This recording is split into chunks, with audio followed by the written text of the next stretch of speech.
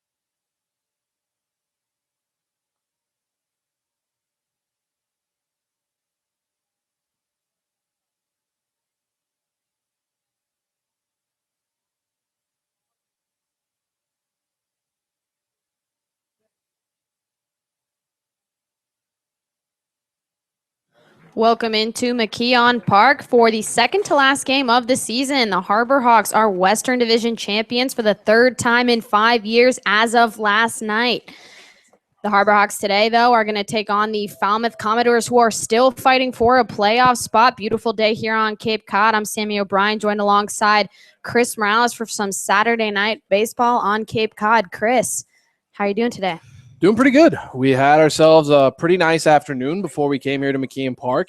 You, me, and Gabe, the media team, went out to one of the nice beaches here on Cape Cod, had ourselves a great day, got some lunch, and now it's ready to, just call a nice baseball game. It's really kind of one of the more low-pressure situations that we've been in this entire summer, which is actually a pretty good feeling, knowing that the Harbor Hawks not only are going to make their playoff debut on Monday, but also going to, relax and lock their way into that number one spot. Of course, with Bourne losing last night after the game at Lowell Park was over, the Harbor Hawks now are kind of in cruise control. Manager Gassman did exactly what he wanted to do. He not only got into the playoffs, he locked himself a Western Division title for the third time in 5 years. It's a great day to be a Harbor Hawk. It's a great day to be a Harbor Hawk. Still fighting for that spot is the Falmouth Commodores, as we'll get into this game just a little bit. Some things to look forward to, though. A little bit later on in this game, me and Chris will be taking our turn doing the PA announcements, and we're going to get a little help from the camera guy, Andrew, and the writer, Jeff, who are going to be taking over play-by-play in color for the fifth inning.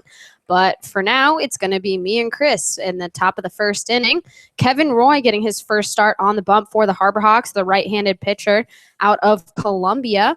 Standing at 5'11", is originally from Houston, but goes to school over there in New York. So he will be facing this Falmouth Commodore team sitting at 15, 26-1 on a 2-game winning streak, have just been annihilating teams with runs the last couple of nights. First pitch in from Roy is outside for ball one. The last 2 nights, the Falmouth Commodores have scored 21 runs.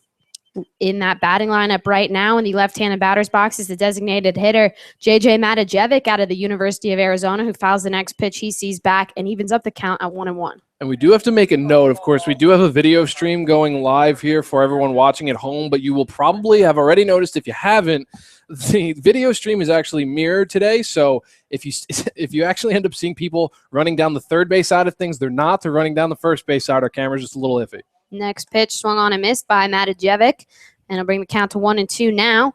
JJ's batting .331 on the season with 44 hits, 13 RBIs. Definitely one of the better hitters in this Falmouth Commodore lineup, which has just lit teams up the last couple of nights. The 1-2 in from Roy. Get Matajevic to swing and miss there. Go down and form the strikeout for out number 1. Yeah, and for Kevin Roy, of course, for the Harbor Hawks, haven't seen him start a game all summer yet, but of course for the Columbia Lions out of the Ivy League, they won that Ivy League and they earned their way into the NCAA tournament. Kevin Roy was a big part of that. One of the better starters for Columbia in 13 appearances for his university. He started 12 games, had an ERA at about 3.5, was very consistent for Columbia in their run to the tournament. Next pitch in from Roy is fouled back by the catcher Logan Ice out of Oregon State University. Ice is batting .235 on the season, 16 hits, 7 RBIs. Does have a team-high 12 walks heading into this game. The 0-1 in from Roy. That one swung on and missed by Ice. It'll bring the count 0-2 in favor of Roy. Going through the rest of this batting lineup in the on-deck circle, the 3-hitter, Evan Skaug. In the 4 spot is the right fielder, Heath Quinn. 5, left fielder, Boomer White. 6 is Tristan Gray. Then Tate Blackman, 8, Caleb Hamilton. And in the 9 spot is going to be J.B. Woodman. The 0-2, rather, is hit out into right field. And that one's going to get in for a single over by the warning track, really close to foul territory there. Getting all the way to second on the play is Logan Ice, so he'll get on with a 1-out double here in the top of the first. Yeah, and this is a Falmouth Commodore team who quite literally is clinging on to their playoff lives at this point. When you consider 2 nights ago, with 4 games left to play in the regular season, Falmouth was 2.5 games back. Everyone in the West had written them off, but this Commodore team has really fought. They've really dug deep, and now they find themselves in a situation with a win today and a Katuitt loss. The Falmouth Commodores are right back in the playoff hunt. Of course, for Logan Ice, a very nice pitch start from Kevin Roy, but he left it right over the heart of the plate for the Oregon State Beaver in Ice to just really lace it down the first base side of things, and he has himself a man in scoring position to the Commodores. First pitch into the first baseman. Evan Scoug is called strike one. The first baseman out of Texan Christian has a 2.64 batting average coming into the day. Has a runner in scoring position with one out here in the top of the first. Kevin Roy in his first start. This team defensively, though, Chris, looking a little different for the Harbor Hawks. The next pitch swung foul pretty hard down the third baseline. Brings the count to 0-2. Yeah, as we set the defense here for Hyannis, of course, Kevin Roy on the mound. Arden Paps calling all of his pitches behind the backstop, and this is where things start to change a little bit. Matt Thies, no surprise at first base. Ryan Burke makes a start at second base. Tristan Hildebrandt gets his start at shortstop, and Blake TeBerry returns over to third base and after about a week off. The 0-2 in from Roy gets Scoug to swing and miss. Bobbling the play is Arden Paps, and so getting down to first, but getting out rather at first is Evan Scoug for out number 2. Yeah, and for Kevin Roy, very impressive in his first 3 batters. Already has 2 strikeouts, bringing a season total up to 13. And the rest of the defensive alignment for the Harbor Hawks, Corey Bird out in left, Ben DeLuzio out in center, and David Martinelli out in right field. A couple names that are out of the starting lineup today: Austin Hayes, Errol Robinson, and Jake Knoll. They're all getting some rest as the playoffs are just 2 days away. In now is the cleanup hitter, Heath Quinn out of Samford. The right fielder in the right-handed batter's box takes ball 1 outside from Kevin Roy.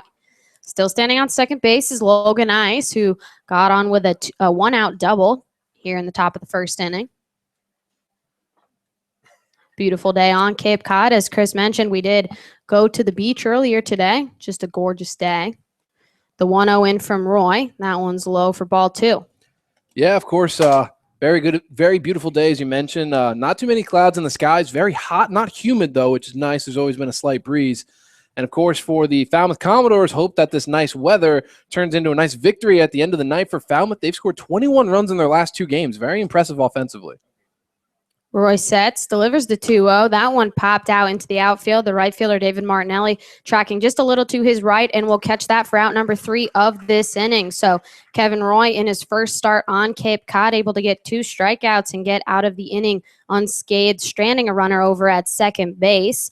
Last time these 2 teams faced was here in Hyannis just about a week or 2 ago, and that was a pretty interesting game. Yeah, to say the least, Sammy, that was one of the games, really the longest game of the season for the Harbor Hawks. They've been in a couple extra inning games, but they've been decided by either side until that Falmouth Commodore team came in here to McKeon Park, where things got really wacky. It was a 4.5-hour game. There were no rain delays in between, so it was just straight baseball for those 4.5 hours.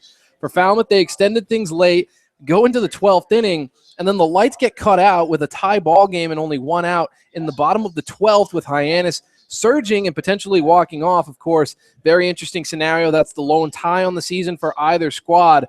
So really, that's kind of been the difference for Falmouth. Without that tie here at McKeon Park, where really they were dead in the water for about 2 or 3 innings, they would not be in this playoff hunt right now. As it stands, they're only half a game out of 4th place, and with some help tonight, they really can force their way into the playoffs, into the final 4 teams of the West. Of course, for the Harbor Hawks, should things come undone later on in this ball game, manager Gassman doesn't have to worry too much. You have the top seed in the West already locked up. But for Falmouth, on the bump, their fate really lies in the hands of Bryce Montes de Oca, who actually started that game that ended in a tie about 2 weeks ago to the day. For Montes de Oca, the scouting report is the same. His fastball is one of the best on Cape Cod. Touches 100 every now and then, but it rides at around 97 to 99 miles an hour. His main concern, though, is his lack of control. He has not been able to really locate those pitches as well as he wants to. He does have a lot of walks on the summer, 24 walks to 27 strikeouts. That's not the ratio that you want if you're Montes de Oca. Scouts are salivating over this kid, knowing that if he gets his control underneath him, he can be a first-round draft pick. But instead, Montes de Oca has struggled a little bit. If he gets a consistent and solid start against this Hyannis Harbor Hawks team, he'll keep Falmouth in this playoff race. Montes de Oca on the bump is a 6'8" right-handed pitcher out of Missouri. Montes de Oca was the starter for the Falmouth Commodores last time these 2 teams played in the game Chris mentioned. Quite a crazy game that ended up being the both teams' lone tie on the season. For de Oca on the year is posting a 1-2 record with a 1.95 ERA in his 6 starts and 32 1/3 innings pitched. Has given up 12 runs, only 7 of those earned. And like you mentioned, Chris, not the best strikeout to walk ratio, 24 walks to 27 strikeouts. That fastball, though, can get up there if he can pinpoint the accuracy of it. Could be dangerous for this Harbor Hawk lineup. Due up first is the left fielder Corey Bird out of Marshall in the leadoff spot here. Has a .329 batting average coming into the season. Also one of the better OBPs on the team, sitting around .420. So we'll get things started here in the bottom of the first innings, 0-0 ball game, as Kevin Roy was able to strand a runner over on second base back in the top of the first. Deoka sets, delivers the first pitch, and that's going to be a ball outside. Yeah, and of course, with all of the normal starters resting today, of course, the Hard Rocks already clinched their number 1 seed in the Western Division. You might see a couple changes from manager Gassman. Next pitch touches the bottom of the strike zone, brings the count even at 1-1. And yeah, as you mentioned, with the Harbor Hawks clinching, lineup's looking a little different if you want to run through that. Yeah, as the lineup will go as follows after this next pitch. The 1-1 in from Deoka. That one hit by Bird out into shallow left center field. Chasing it down is J.B. Woodman in center, and getting on with a leadoff single is Corey Bird. Yeah, and Corey Bird, of course, leads things off. He'll find his way over at first base. Now due up will be Ben DeLuzio, who moves his way up in the lineup to second. He'll be followed by Blake Taberry, who's playing third base defensively. Matt Thice will be in the cleanup spot for the second straight game. Following him will be the designated hitter today in Colby Bortles, so he'll have a day off from the field. Ryan Burke will follow him, starting at second base defensively. Then Arden Paps, David Martinelli, and Tristan Hildebrandt round out the starting 9 for the Hard Rocks. Ben DeLuzio coming into the right-handed batter's box now, batting in the 2-hole for manager Gassman. DeLuzio, a 2-time Harbor Hawk, as he was here last summer as a center fielder out of Florida State University. This is one of the first times this season he's been in this 2 spot. First pitch swung on a miss by DeLuzio as a fastball inside. Yeah, and immediately you can see that Montes Deoka can really wind back and fire that fastball almost at will. And really that fastball, Deoka does have a changeup and a curveball to his repertoire as well, but that fastball is almost all that he needs in order to just kind of wipe out batters as quickly as he can. For the most part, some of these batters have never seen 99, 100 miles an hour come out. The 0-1 into Luzio. That one chopped just down the first baseline. Deoka scoops it up, throws it over to first on the play. Is going to be called out. The first baseman, Evan Skaug, seemed to have not been able to catch that as well. I mean, did corral it, but it was up by Ben DeLuzio's head as he was running down first base. So DeLuzio having to get out of the way of that one. But regardless, it'll be there for out number 1, and Corey Bird heads over to second. Yeah, it was kind of an interesting situation for Deoka. He had to hurry because DeLuzio does have a lot of speed going down the first base side of things.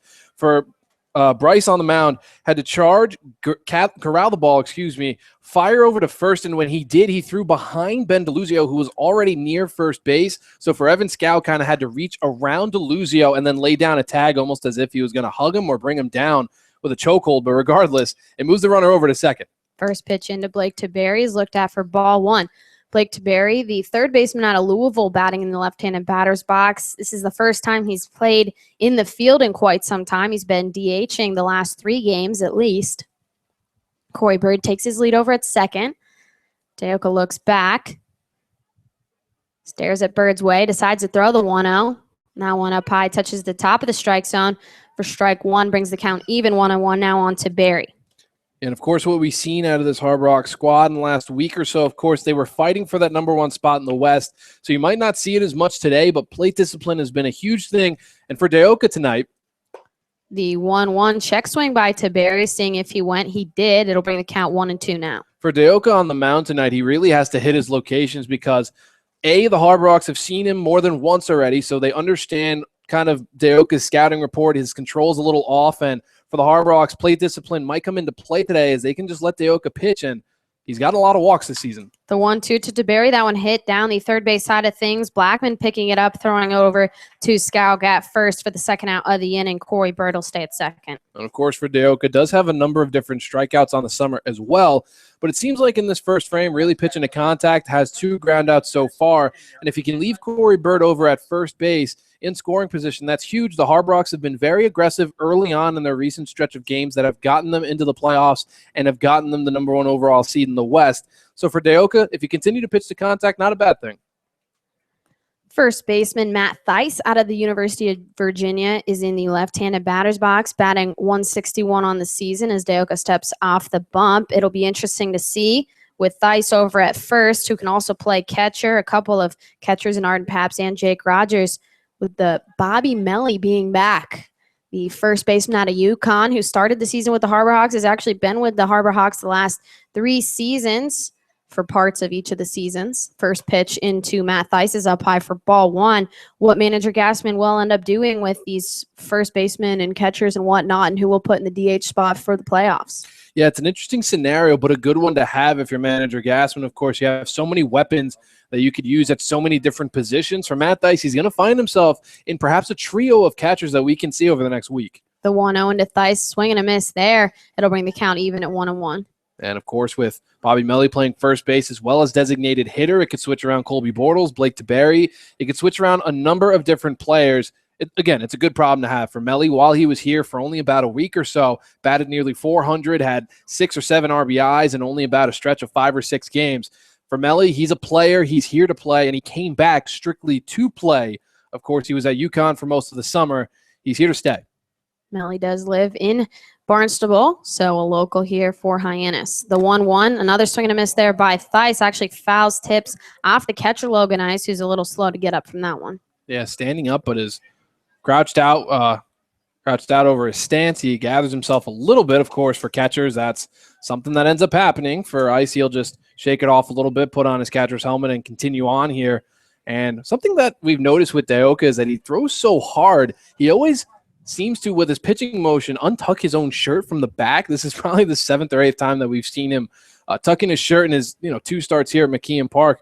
Kid throws almost 100 miles an hour, not surprised. But for Theis, really been struggling offensively. For Dayoka, has so far just been firing that fastball, and that's all he's needed. For Theis, some contact here would be good for him, especially heading into the playoffs 2 days away. Dayoka's shirt also probably because he stands at 6'8" on the bump, doesn't necessarily fit all that well as he steps off the bump there, giving Corey Bird a look over at second base. Yeah, our filmer, Andrew Raby, knows Montez Dayoka from Missouri. They both go to school together, and he says his hands alone are just massive. They're gargantuan things. I mean, you stand at 6'8", this kid's huge.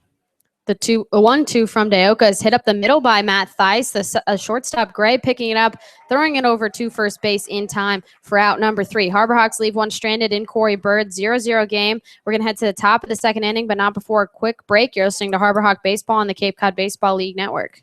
Celebrating over a quarter century on Cape Cod, iHealth Services is proud to be a major sponsor of Cape Cod Baseball League again this year. Are you finding it difficult seeing the ball? Let us help you see all of the game.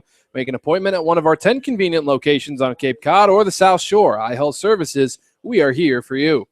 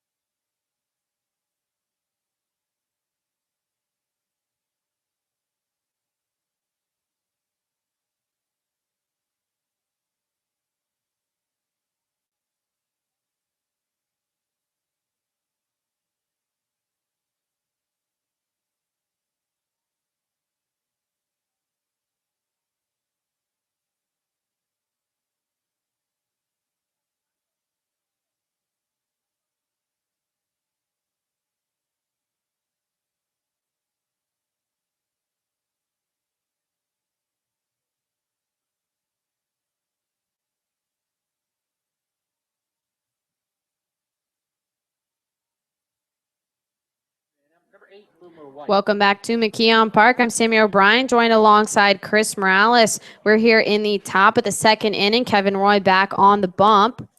First pitch delivered is going to be called ball 1. He will see the 5, 6, 7 hitters in this Falmouth Commodore lineup. Boomer White due up to bat. The left fielder out of Texas A&M fouls off the next pitch. That one going out of play as Pabst looks at that behind the plate. It'll bring the count even at 1-1. Boomer White on the season is batting .205 in the 5 spot. Does have 26 hits and 7 RBIs. Roy sets, delivers the 1-1. White looks at that one, going to be called strike 2. And for Boomer White, an interesting story. Did play here in 2014 for the Falmouth Commodores when they ended up winning the Western Division in the playoffs. Of course, the regular season champ were the Bourne Braves. The 1-2 from Roy. That one hit by White down the right field line. Trailing foul, though, over by the Falmouth bullpen. Count will remain at 1-2. But for Boomer White was actually a former member of the TCU Horned Frogs before transferring to Texas A&M. Last year when he came here for Falmouth, he was in his transfer year, so had to sit out a year. But again, playing for 2 different schools in Texas, both powerhouses in baseball. For Boomer White, clearly very good. And for Falmouth last summer, batted nearly 300. For White, struggling a little this season as he's just a tick above 200. The 1-2 in from Roy. That one hit down the first base line rather, but also foul, as that one's a little closer to fair territory, but a count will remain at 1-2. Yeah, and for Kevin Roy, of course, he did allow that big double to Logan Ice in the first inning. At this point, you kind of want to locate your pitches just a little bit better, as Boomer White, timing-wise, is right on Roy. For Roy, he has to beat him with a pitch. The 1-2, that one hit this time in play over to Hindlebrandt at second, or short rather, throws it over to Matt Theis at first base, and that'll be out number 1 of this inning. Yeah, solid job from Tristan Hildebrandt over at first base. Of course, at shortstop rather, hasn't played too much shortstop so far this summer. I believe this is only his 3rd start. And that throw wasn't exactly the best from him, but of course, when Matt Theis over at first base, which is what I meant to say, corralled it very nicely, picked it off in the dirt, and that's exactly what you're supposed to do. For Theis has that defensive mentality, and it worked for him there. First pitch into Tristan Gray. That one is actually swung on the bat, went with it as Tristan Gray swung at that one, ends up over in the on-deck circle near his teammate Tate Blackman, who is in the on-deck circle, and that's going to be strike 1 as he does swing at that. Yeah, that's always a scary situation as Tate Blackman over in the on-deck circle just gave Gray a little bit of a smirk there and wondered why that flew out of his bat. Of course, for Gray, he also seems to have a little bit of a guard on his thumb, probably to hold on to that bat. It failed him in that sort of situation. That went flying too.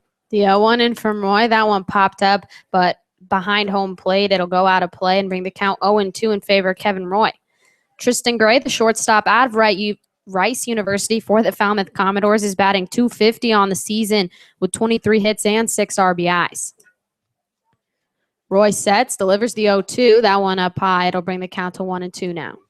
And for Roy, of course, has a fastball that sits at around 90, 91 miles an hour and then does have that solid breaking ball. Seems to favor the fastball a little bit more, and he hits his spots very well. The 1-2, that one just getting a piece of it is Gray as it fouls back just behind home plate. Count will remain the same, 1-2. And, of course, for Kevin Roy, he's going to have to fight a little bit more in this ballgame than probably a pitcher normally should, considering that Falmouth is really on their last leg in terms of trying to make the playoffs. They're going to fight. They're going to be very aggressive, and they're going to try and score early.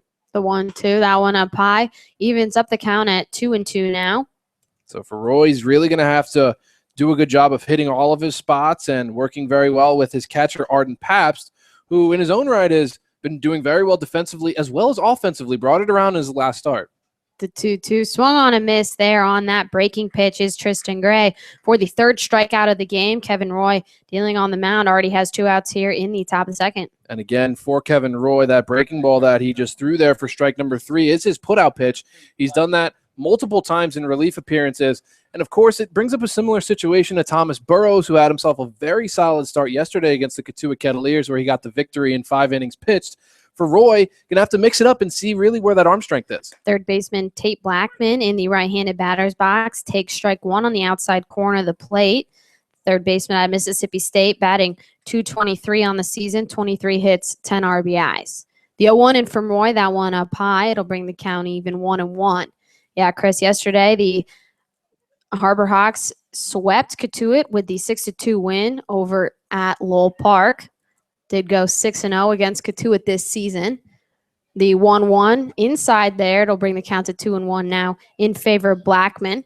It's a funny joke that the official scorekeeper, John Cabral, said that the Harbor Hawks sweep Katuitt every once in a blue moon. It was actually a blue moon last night, and the first time the Harbor Hawks have ever swept them Next pitch is low from Kevin Roy. Will bring the count to 3-1. Yeah, it's also the first time in the series since 2004 that either side has swept either side. So for the Harbor Hawks, you really take that in stride. And it's about time we got that Barnstable Patriot Cup. The 3-1 in from Roy. That one's low. It'll be ball 4 as Tate Blackman gets on with a 2-out walk. Yeah, for Kevin Roy, just lost Blackman there. Again, location is key for Roy, and he just missed a couple spots there from Arden Paps. But getting back to that Barnstable Patriot Cup, the Harbor Hawks sealed that up nearly a month ago at this point, and you just get it.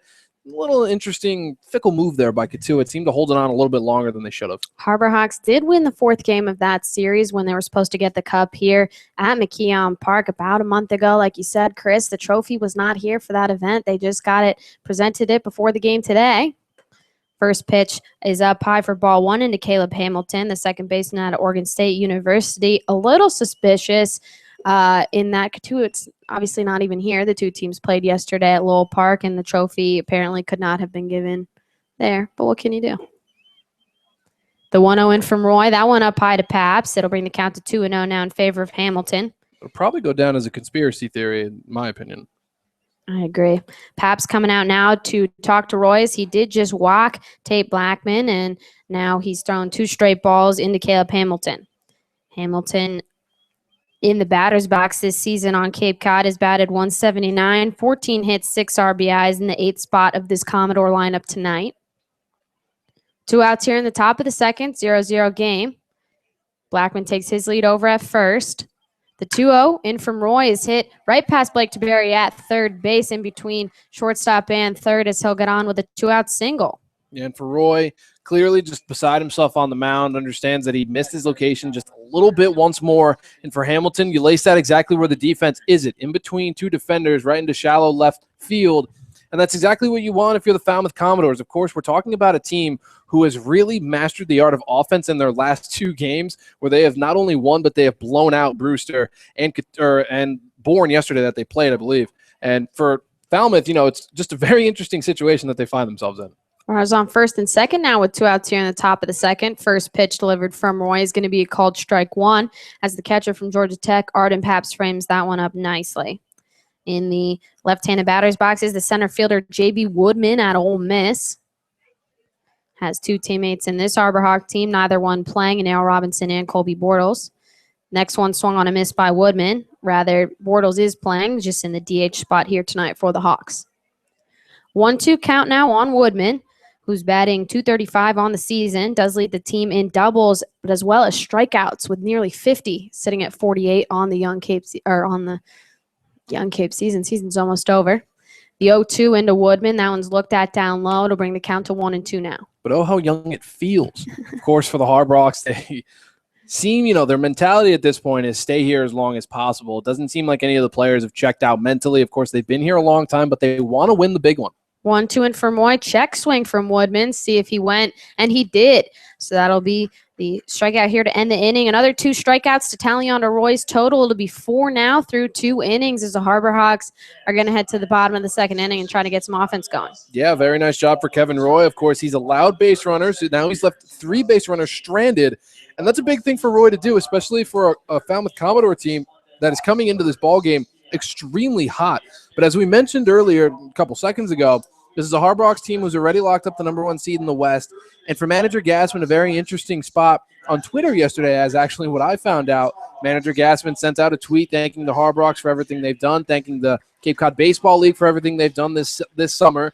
For Manager Gassman, very impressive resume. 3 Western Division titles in 5 years, but he made it very, very clear in the last part of that tweet.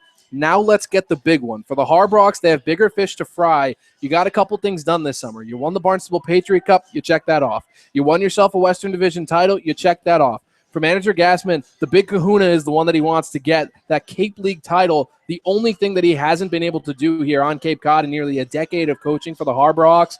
For Hyannis, this might be the squad that can get it done. There's pitching, there's offense, and now you return someone like Bobby Melly to really replenish this offensive flow that the Harbor Hawks have gotten. Things are going very, very nicely for Manager Gassman. It's just a matter of putting it all together at the right time.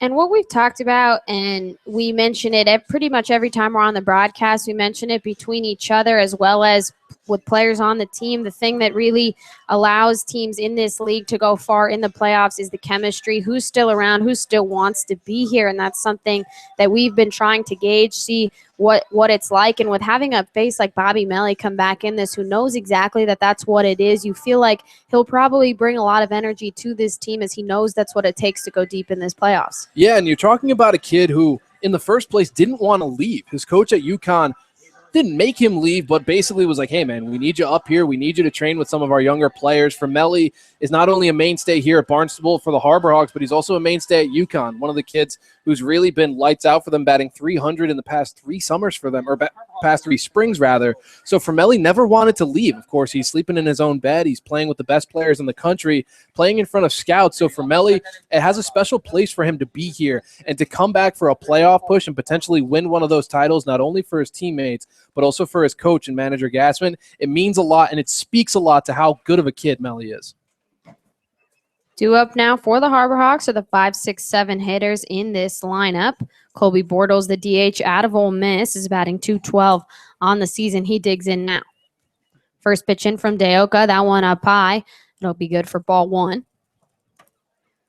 Deoka so far has gotten through the Harbor Hawks' first 4 batters, has only allowed the 1 single to Corey Bird to lead things off. The 1-0 into Bortles. That one swung out into right field. The right fielder, Quinn, coming in but not able to make the catch as Colby Bortles will get on with what seems to be a single. Yeah, for Colby Bortles, it's a very good job. Now going back, for the past couple of games, for Bortles, he's reached base safely now in his last 4 or 5 games. So for Bortles, starting to come around offensively. That's exactly what you want in terms of momentum heading into the playoffs. For Bortles, struggled a lot in the earlier half of this 2015 campaign for Hyannis, but at the right time, things seem to be clicking. He's finding spots in the defense, and he's putting good connection with bat on ball. That's exactly what you want to see from someone who batted over .300 in the SEC at Ole Miss earlier this spring. So Bortles will go on for the Harbor Hawks' second hit of the game, takes his lead over at first. The first pitch swung by Ryan Burke down the first base line, but foul. Ryan Burke on the season is batting .179, 15 hits, 10 RBIs. He's rotating in that second base slot as he is playing there tonight. Has a couple of teammates on this Falmouth Commodore team, one of them being Boomer White out in left field. Last time these two teams played, Ryan Burke was the Hawk Talk player of the game, mentioned how fun it is playing against some Aggies in this league. Next pitch is swung fair to the first baseman, Scoug, who throws over to second for the out there to get Colby Bortles sliding in, but Burke's going to get on with a fielder's choice. Yeah, it's just a very nice job for Evan Scoug, who is also a converted catcher playing first base defensively for the Falmouth Commodores for TCU and their run in the College World Series. Scoug was the main catcher for the Horned Frogs, as similar side on the opposite thing for the Harbor Hawks. Matt Theis did the same thing for the eventual champions in Virginia. So for Scoug, again, a defensive-minded first baseman, corralled the scoop very nicely at first and got the leadoff runner over at second base. That's exactly what you want to do for Falmouth if you want to stay in this ballgame.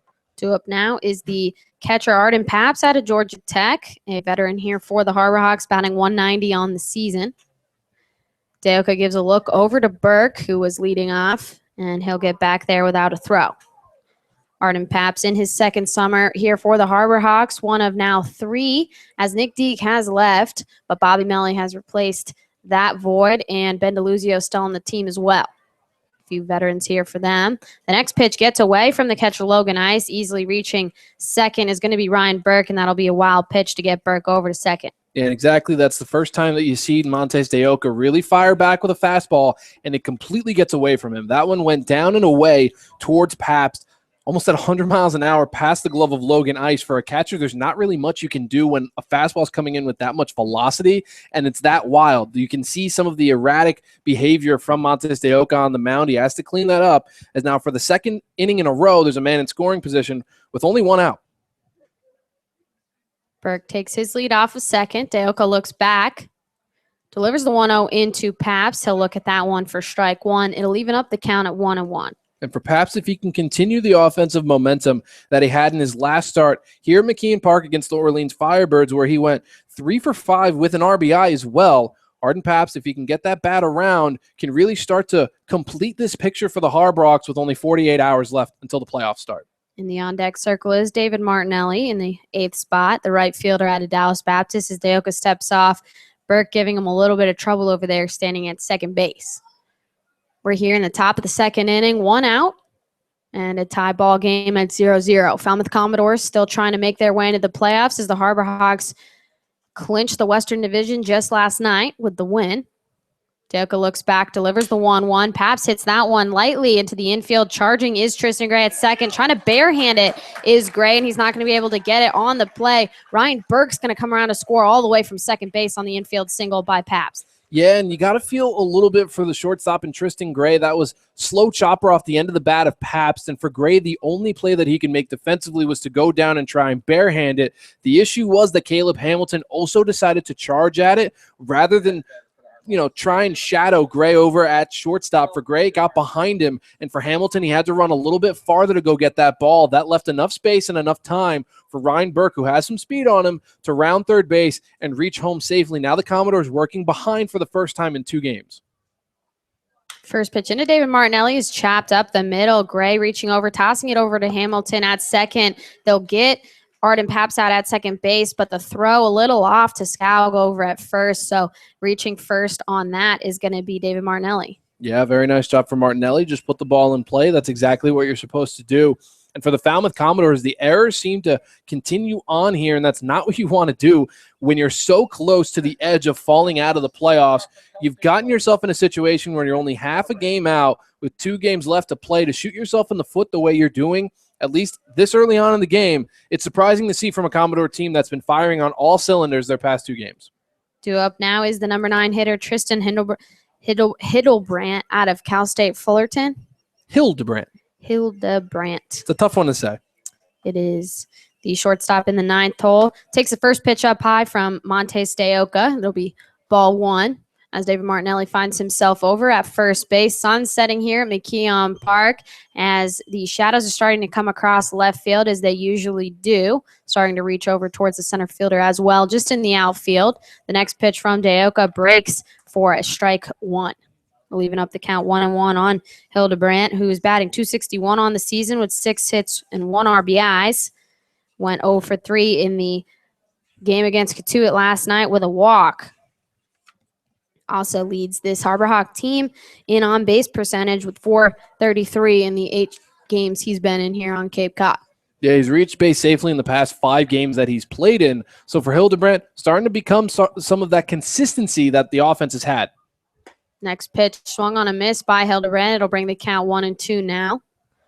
Standing over at first is David Martinelli. 2 outs here in the top of the second. Harbor Hawks do have a 1-0 lead now with Burke coming around to score off of the defensive errors by Falmouth. Deoka sets. Delivers the 1-2. That one way outside. It'll bring the count even now, 2-2. And for Deoka, when you have someone dead to rights with a 1-2 count, that 100-mile-per-hour fastball, about 96, 98, can really work to your advantage. But for him, it's almost, a tale of 2 sides here. When you got something that's so good with your fastball, you lack control. He nearly threw that one away from ice again. On the play, Martinelli goes. The pitch is inside. Martinelli lays down, though, and gets the stolen base. Very nice job there from Martinelli, who, of course, with a 2-2 count, wants to be a little heads up and wants to be aggressive. The Harbor Hawks have already played with 1 run in the city. You might as well make it a bunch. Martinelli now in scoring position is the 3rd Harbor Hawk in scoring position. The Hawks lead the Falmouth Commodores 1-0 here in the top of the second. 2 outs and a full count now for Hildebrandt. The 3-2, that one swung on a miss. That'll be a strikeout for Hildebrandt and out number 3 of this inning. Harbor Hawks do get 1 run, though, off of Falmouth Commodore mistakes. They lead 1-0. We're going to take a quick break. You're listening to Harbor Hawk Baseball on the Cape Cod Baseball League Network.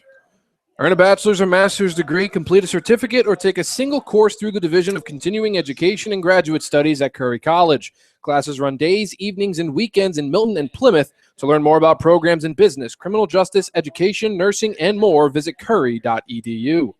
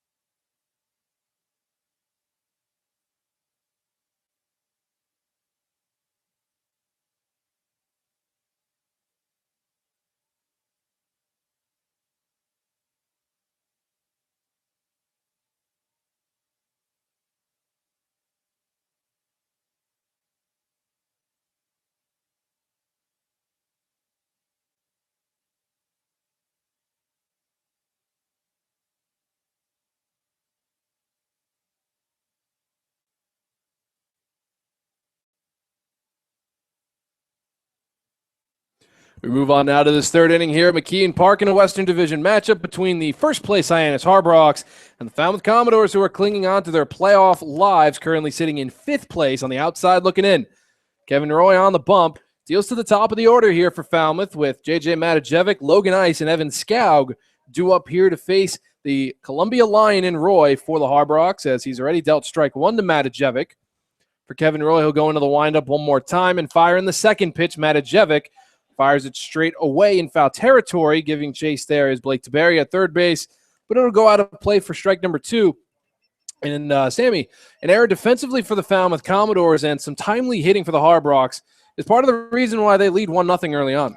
Yeah, and if you're Falmouth, that's not exactly how you wanted to start things off early in this game. Still trying to make the playoffs is the Falmouth Commodores, whereas the Harborhawks already clinched, resting some guys too.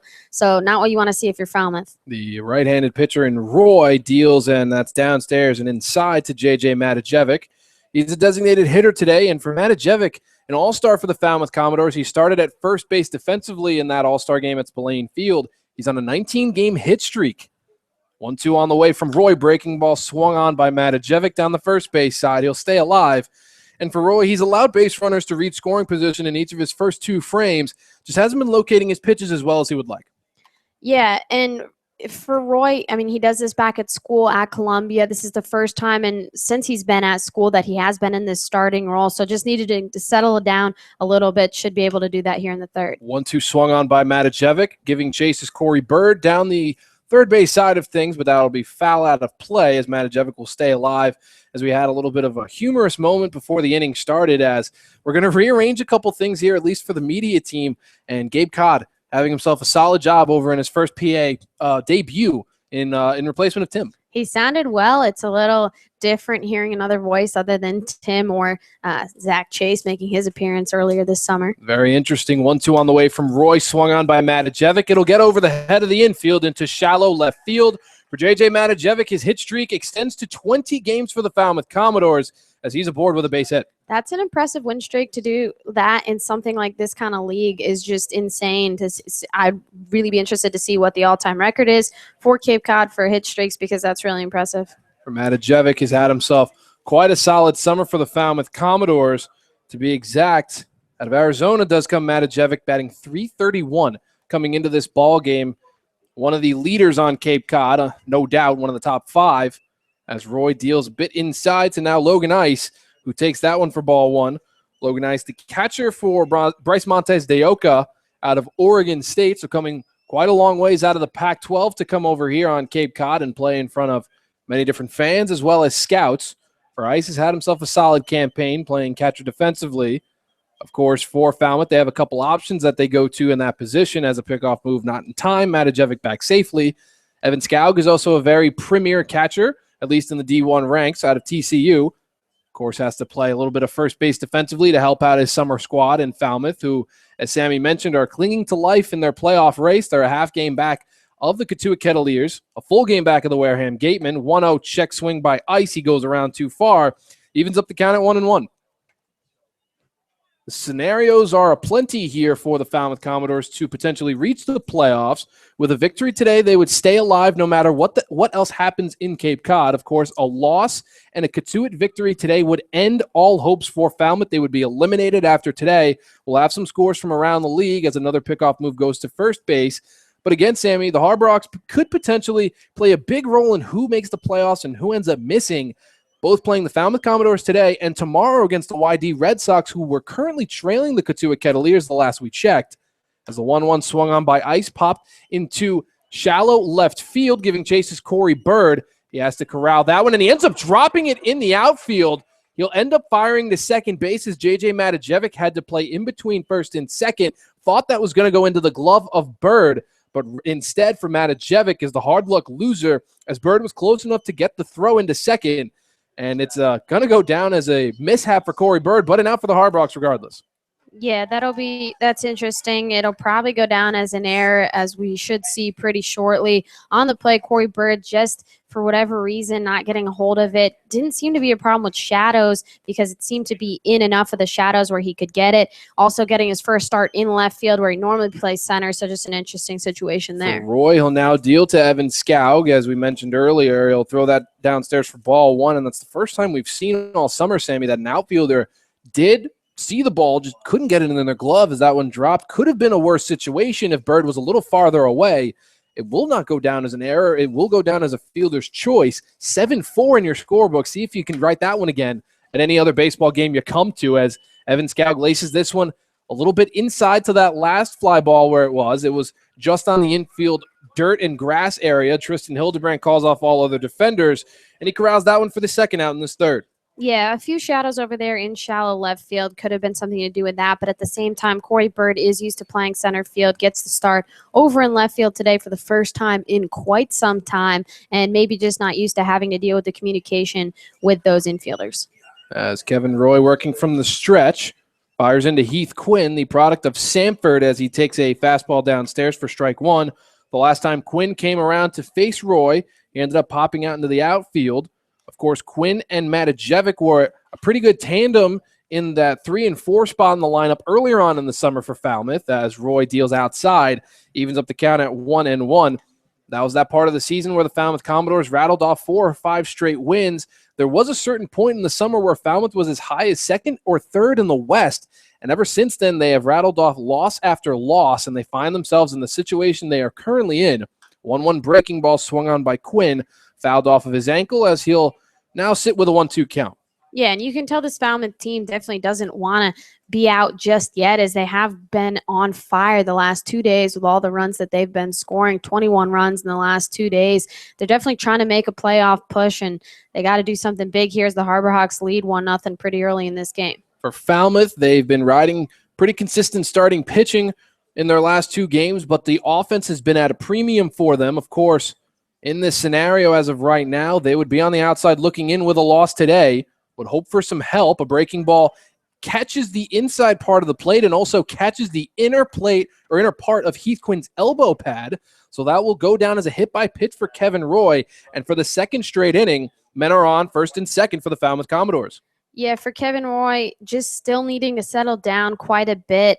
Like we said, hasn't started since he's been back at school at Columbia in the spring season. He's been relief pitching here for the Harbor Hawks for most of the year, just struggling a little bit in these last 2 innings. He'll now have to deal with Boomer White in the right-handed batter's box. For Roy, he fires in a fastball at the knees of White for strike one. We'll set up the umpires here. Home plate umpire Steve Gramsch. At first base, Norm Gordon. And third base, our friend Tony Letizio.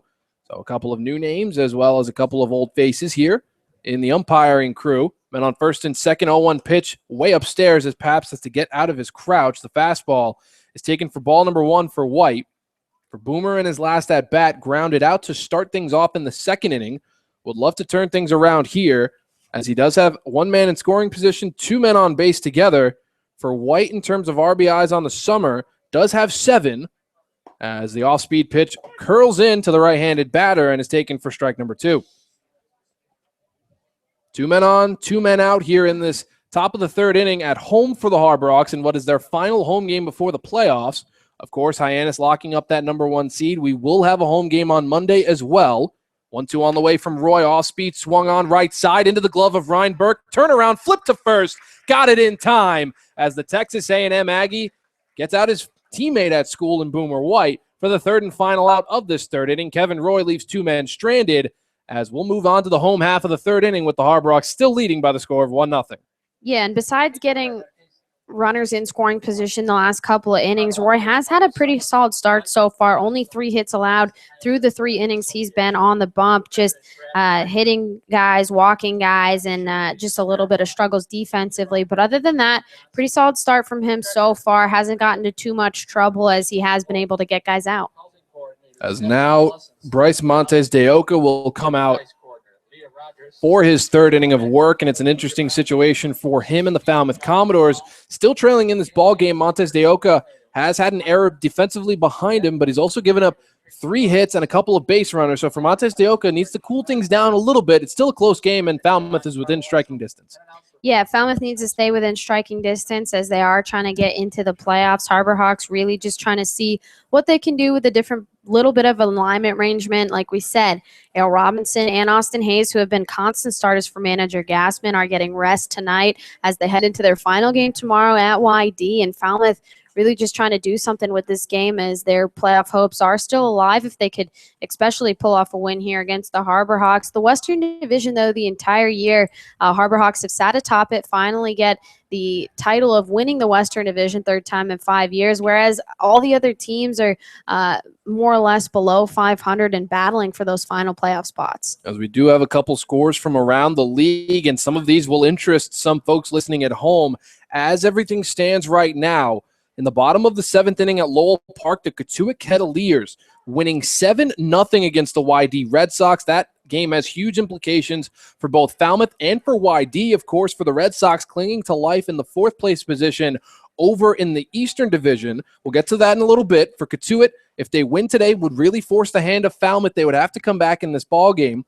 The Harwich Mariners currently beating the Brewster Whitecaps by the score of 4-2. That's interesting for YD, as Harwich seems to have a tiebreaker with them, and with Harwich winning would make it a must-win for YD tomorrow against the Harbor Hawks at home. That game will be at 5 o'clock at Red Wilson Field. Of course, a 1-0 game here from McKeon Park. The Wareham Gatemen currently taking on the Bourne Braves, and Wareham is up by the score of 4-3 in the top of the 3rd inning. Should Wareham win tonight outright, or if Falmouth loses, either situation would clinch a playoff spot for the Gatemen. And set to start at 7 p.m., the Chatham Anglers and the Orleans Firebirds, currently starting at 7 p.m., just a couple of minutes away from first pitch there.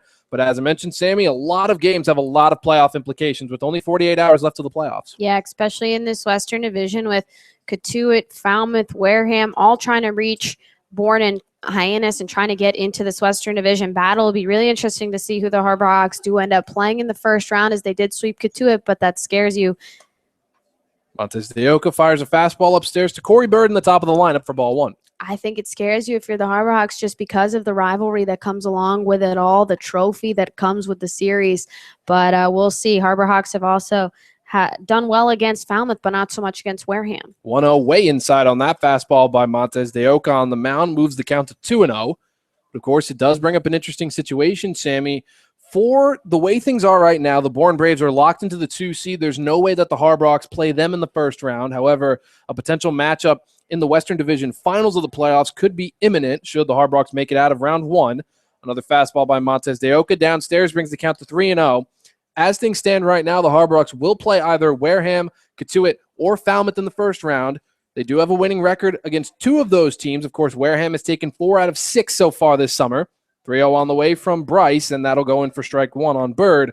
But of course, for manager Gassman, it's the same mantra as usual. Control what you can control and let the rest figure itself out. For the Harbor Hawks, they're going to have to take on whoever comes their way. As the fastball's left upstairs, Bird did not have to swing his bat once, and he earns his way on first base with the walk. Yeah, Chris, and it's interesting what you mentioned earlier, what manager Gassman tweeted before the game earlier today when he found out that the Harbor Hawks did clinch the Western Division for the 3rd time in 5 years. Huge tip to him, as he has managed this team for the last 6 or 7 seasons here.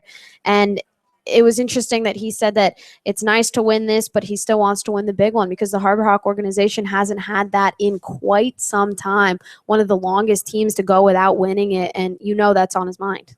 First pitch in from Bryce Montes de Oca, a breaking ball in on the hands of DeLuzio. He swings and misses for strike number 1.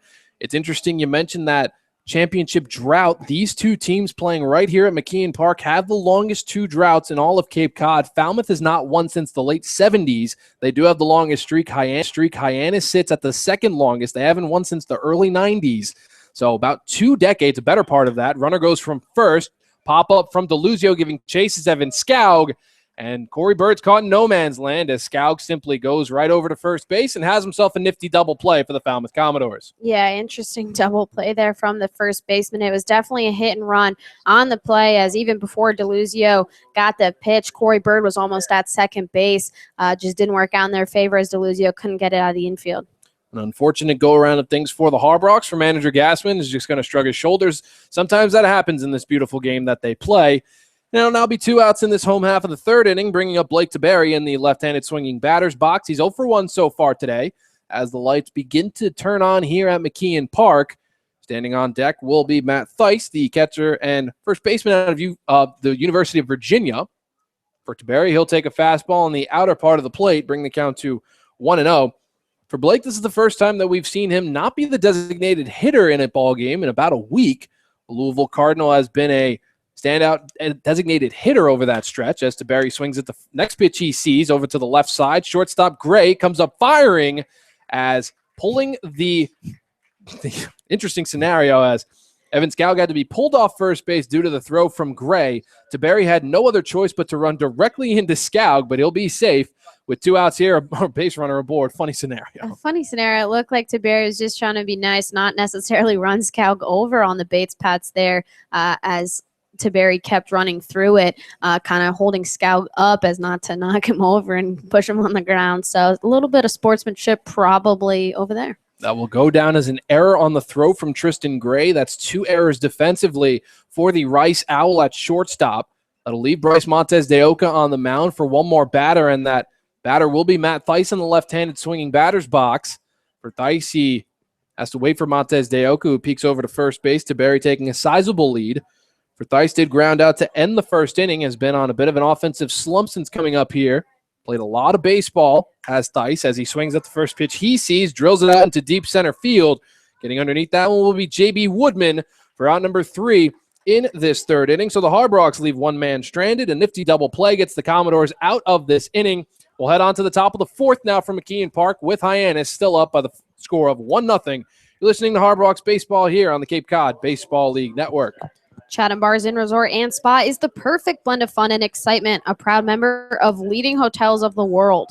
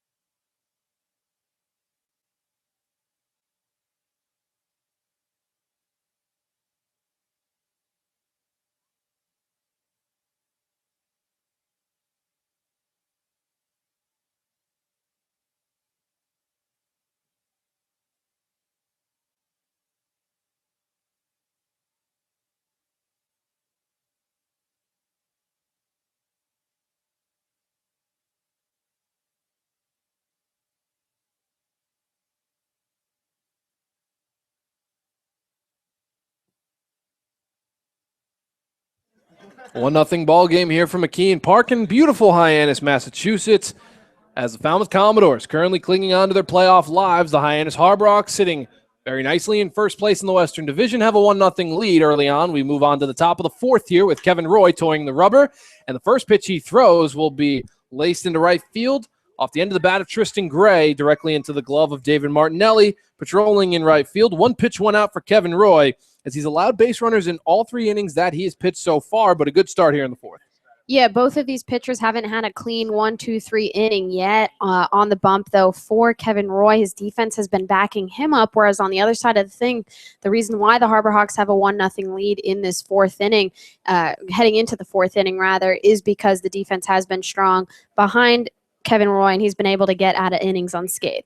Also part of the reason the Harbrox lead 1-0 as the first pitch goes upstairs to Tate Blackman for ball 1. 2 defensive errors for Falmouth. They've played clean defense in their last couple of games. Their offense has really come at a premium. But as of today, Kevin Roy shut them down to the tune of only 3 hits as he deals the next pitch downstairs, but it'll clip that part of the strike zone to bring the count to 1-1. Very solid job for Roy, who hasn't started since at least May for the Columbia Lions, as they had a run in the NCAA tournament, but were bounced in the regional section as a breaking ball goes on the outside part of the plate, brings the count to 2-1. Kevin Roy did have a big part of the reason why the Columbia Lions made that NCAA tournament run. He had 12 solid starts. I believe his record at school was 6-4. His ERA was sitting at around a 3.5. He had a number of different strikeouts as well. 2-1 outside corner fastball. Count that as a strike. Even up to count at 2-2 on Blackman. Blackman so far today does not have an official at bat. He did walk back in the second frame. One of 4 base runners left stranded, rather 5, for the Falmouth Commodores so far in this game. 2-2 downstairs fastball, strike 3 for Kevin Roy, as Tate Blackman does nothing but watch that one go by. It'll go down as the 5th strikeout for Kevin Roy this afternoon. Yeah, and that's his first strikeout that he's had since back in the second inning. You can see that breaking ball is definitely going to be his put-out pitch, and worked well there, as all Blackman could do was stare at that one. Caleb Hamilton, the second baseman defensively for Falmouth out of Oregon State, will now be in the right-handed batter's box as he takes the first pitch from Roy. Fastball right over the heart of the plate for strike 1. Hamilton so far on the day is 1 for 1. He did have a single back in that second inning. Hamilton is teammates with his Falmouth Commodore teammate Logan Ice, both from Oregon State, as he takes an off-speed pitch right over the heart of the plate as well to quickly bring the count to 0-2. Standing in the on-deck circle, should Falmouth do something offensively in this inning, J.B. Woodman from Ole Miss. For Woodman, he was one of 5 strikeouts that Kevin Roy has thrown so far. Roy looking for a 6th, 0-2, right over the heart of the plate, just a bit outside, says home plate umpire Steve Graham. So that'll go down as a 1-2 count. But Roy looking a lot better in this inning in terms of locating pitches. Yeah, he's looking a lot better. Could be his first potential 1-2-3 inning of the game. 1-2 on the way, swung on, fouled out of play down the first base side of things. Will keep Hamilton alive at a 1-2 count. But, of course, for Roy and for manager Gassman in this situation, would love to just extend their winning streak going forth into the playoffs come Monday. Of course, things become interesting. 1-2 on the way with 2 outs, swung on, fouled away exactly in the same spot as before. Hamilton will stay alive at 1-2. For manager Gassman, as I mentioned, things are interesting at this point. You don't really have to put your foot on the gas pedal as much as you did in the last couple of games. At this point, just try and keep your momentum heading into Monday. And for Roy, he's trying to do that. 1-2 breaking ball outside, framed by Arden Pabst. A bit too far out to the right-handed batter. That'll even up the count at 2-2. Yeah, Chris, and it's impressive to see from this Harbor Hawk team right now the way that the lineup is with 2 guys who have been playing pretty much every day for Gassman, that they haven't slumped at all. 2-2 swung on there by Hamilton into deep left center field. Giving chase is the center fielder in Ben DeLuzio. He'll corral it for the 3rd and final out of this second inning. As Kevin Roy goes through his first 1-2-3 inning of this outing for him, as we'll move on to the bottom of the 4th inning with Hyannis still leading by the score of 1-0. Yeah, that looks good for him. First 1-2-3 inning of the game for either side of things. As Kevin Roy gets out of that inning, Montes de Oca now going to be coming back out, and he's going to face first Colby Bortles in this lineup. But it's good for this Harbor Hawk team that they're keeping things going. Like you said, if you're Gassman, you don't want this team to start sliding off before the playoffs, even though you're rearranging the lineup quite a bit, a lot of different factors coming into things. You don't want to start sliding. You still want to be playing really good baseball heading into the playoffs with last home game tonight and last away game over there tomorrow at YD. So hopefully this team can keep doing what they're doing. Also, Falmouth, though, is going to start getting antsy towards the end of this game as they are needing to get into the playoffs and needing a win here. Yeah, it's an interesting scenario for both sides. Let's start with the Falmouth Commodore side of things. Their scenario is very simple. You have to win, and if you lose, you have to hope that every other team loses as well. As things stand right now, it does not seem that the Katuitt Kettleers are going to let go of their 7-0 lead over YD so late in that game. So as things stand right now, simply put, if Falmouth loses this game, they are eliminated from playoff contention. On the opposite side of things for manager Gassman, as you mentioned, when you try and rearrange the lineup as much as you have been, starters are resting, you're putting in some players who haven't gotten as much playing time. If they can still pull off a victory here at home, it does bode well in terms of that playoff push when some of these reserve players starting today end up going back in their reserve roles and could potentially come in big in a late-game situation. That'll now bring up Colby Bortles in the right-handed batter's box, as Bortles so far today did have a single back in that second inning. Bryce Montes de Oca will toe the rubber. For his 4th inning of work, he dials up one of those fastballs right over the heart of the plate to bring the count to 0-1 on Bortles. A couple of things I feel like we should mention on air today, Chris. One is happy birthday to Mark Skinner. 0-1 breaking ball upstairs, evens the count at 1-1. The relief pitcher out of Troy turns 21 today. Big birthday for Mark Skinner, as well as Coach Austin Hart standing down the first baseline. This is going to be his last game. 1-1, way inside on that fastball, brings the count to 2-1. As he has to head back to school. He teaches out of school back in Kentucky, and their school starts up very quickly in the South. As well as another happy birthday to Leah Rogers, a homestay daughter of Tristan, homestay sister of Tristan Hindlebrandt. 2-1 fastball outside, evens the count at 2-2. She's turning 12 today, so her and Mark Skinner got a nice little happy birthday singing before the game here. It was a nice, and there's cake as well. I was going to say they got a massive blue and orange cake that was right behind home plate. We couldn't get a slice of it. We were on air. 2-2 fastball swung on by Bortles, fouled away. He'll stay alive. Of course, the cake would be nice, especially with how successful this team has been. I think, a little bit of cake would have been nice to throw up here.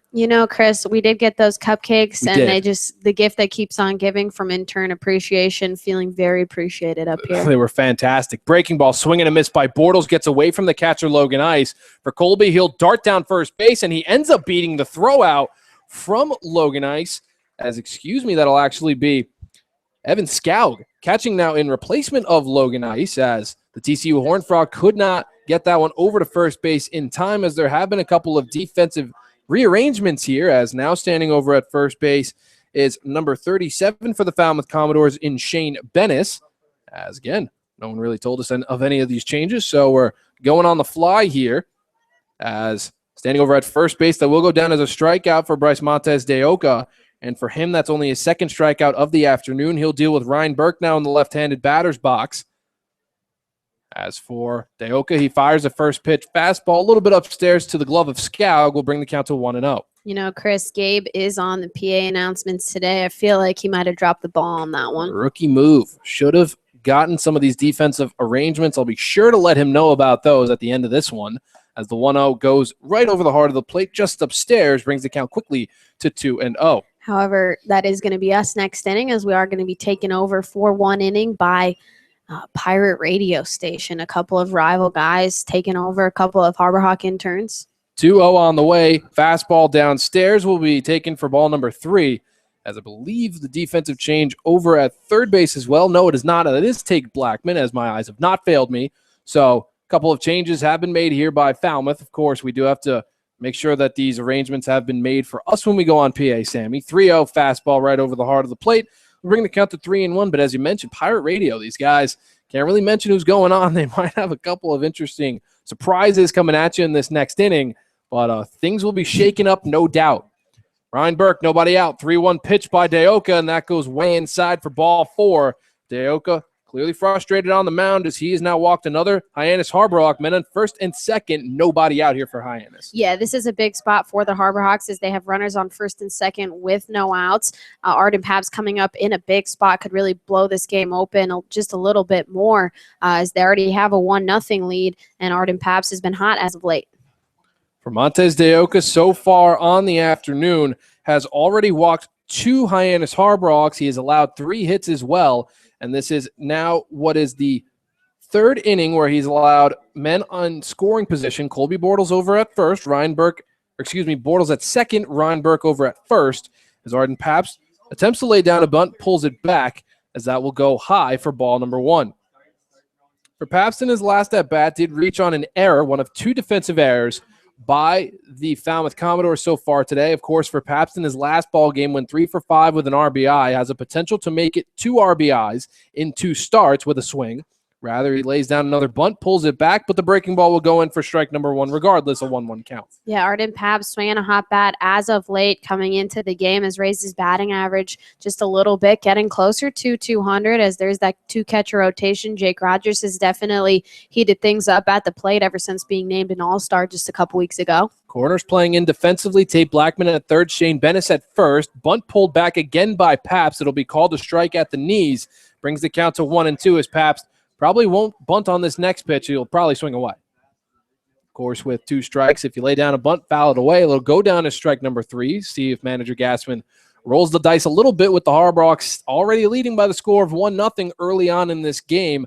If everything stands the way it does right now, the Falmouth Commodores would be eliminated from playoff contention, with Katuitt, as of right now, leading the YD Red Sox. 1-2, big swing and a miss. Breaking ball dialed up by Bryce Montez de Oca. He picks up another strikeout and the first out here in this fourth. Yeah, that was a good pitch from de Oca. Definitely fooled Pabst on the play. Still runners on first and second, but now with one out, double play ball obviously in effect. David Martinelli will now take his attempt at Montez de Oca on the mound. For David, he reached on a fielder's choice back in that second inning. He also had a stolen base as well. One of a couple of runners left in scoring position for Hyannis. First pitch gets away from Evan Scoug. He can't find the ball as it's directly behind him on the backstop. Easily advancing from first to second is Ryan Burke. And from second to third is Colby Bortles. 2 men in scoring position now, as Scoug really just let that one go. Yeah, it seems like ever since Logan Ice has been switched out and Scoug's taken over behind the plate, he's had a little bit of trouble controlling these pitches from de Oca, as now runners advance to second and third, and David Martinelli with a chance to come up in a big spot.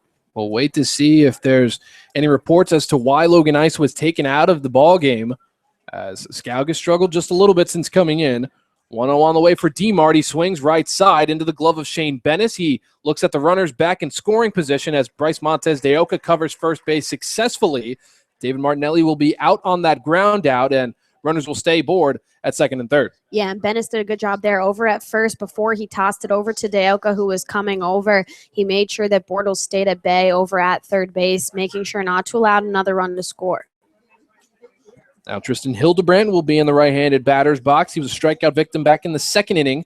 For Hildebrandt, did have himself a solid day a couple of starts ago, as he did go 2 for 3, 2 runs scored and 2 doubles against the Katuitt Kettleers about 4 nights ago. Has the potential for an RBI here, perhaps 2 with 1 swing, as the fastball goes on the outside corner for Hildebrandt. Quickly brings the count to 0-1. Colby Bortles did strike out in his at-bat, but reached first base as it got away from the catcher, Evan Scoug. He ended up advancing on a pass ball as well and a walk towards Ryan Burke. Sets up men on second and third. Another fastball outside for Bryce on the mound. Evens up the count at 1-1. Sun continues to set here from McKeon Park as the temperature begins to dip as well. Wind blowing out towards left center field as the American flag is dancing quite a bit. Beautiful sunset here in Hyannis, as they always are. 1-1 on the way from Montez de Oca. A bit too far inside, brings the count to 2-1 as he's struggling to find location. Yeah, he is, and we knew that was going to be a problem coming into the day, as he has potential to throw it really hard, like you said, upwards of 100 miles per hour, and for any catcher, that's going to be hard to corral. For Bryce, Montez de Oca works from the stretch, sets at the belt, and fires the breaking ball, swung on by Hildebrandt in foul territory, giving chases Shane Bennis, but he will not corral that one, misses by a couple of feet, works his way into the Falmouth bullpen, actually fires that foul ball into some of his pitchers, as that'll even up the count at 2-2 on Tristan Hildebrandt. Yeah, Chris, good group of guys on both of these teams. If we can recall all the way back to that blackout game, really funny moment when the lights did go off at 10 o'clock here, as it was an intense game that went to 12 innings. Both of these bullpens actually switched positions as the Harbor Hawks, when the lights came back on, were sitting in the Falmouth side of things, and Falmouth was over at the Harbor Hawks side. So good personalities on both these bullpens. Even funnier was the fact that they didn't move once the inning actually began. Montez de Oca 2-2 fastball mixed things up with Evan Scoug, his catcher, as Scoug was looking for perhaps a breaking ball. Did not come, as he kind of had to jitter his glove just a little bit. Now brings the count full on Tristan Hildebrandt with 2 outs. Makes things an interesting situation here for the Harbor Hawks offensively. Payoff pitch on the way. 2 men in scoring position in the fourth. And the pitch, breaking ball way inside on Hildebrandt. Montez de Oca loses him, and that'll go down as the second walk in this inning. And for Bryce, Montez de Oca has just walked the bases loaded. Yeah, and that's big for Hildebrandt. Hildebrandt, like we said, has one of the highest OBPs on this Harbor Hawk team. In the 9 games that he's been here so far, has a really good eye at the plate and able to get a walk out of that and load the bases now. And now it makes things even more interesting for Falmouth, as one of the other members of that on-base percentage club, and Corey Bird, stands in the left-handed batter's box. First pitch outside for ball 1 from Bryce Montez de Oca. Should this inning continue here for the Harbor Hawks, Ben DeLuzio in the on-deck circle. For Bryce Montez de Oca and the Falmouth Commodores, their playoff hopes hinge on this inning, as another pitch goes way inside to quickly bring the count to 2-0. Yeah, and this is a big at-bat. Corey Bird's been swinging a hot bat as of late, the first time he's been in this leadoff spot. As one of the coaches will come out for the Falmouth Commodores, as there seems to be one arm warming up for Falmouth down the first base side of things. The pitching coach will come out, speak to his Missouri Tiger on the mound, and of course in this scenario, things become a little bit more intense with Falmouth just a couple of innings away from potentially missing the playoffs. Where things stand right now, the Katuitt Kettleers leading the YD Red Sox, and Falmouth in a lot of hot water with the bases loaded, and Montez de Oca struggling to find the strike zone. Yeah, if you're the pitching coach for Falmouth, you got to come out here in this situation and just see what's up. We know that he has trouble finding the strike zone, throwing as hard as he does.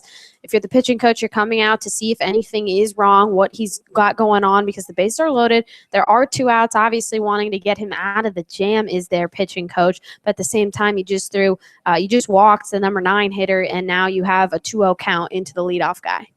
For Corey Bird, showing a lot of plate discipline, part of the reason why he reaches base so much.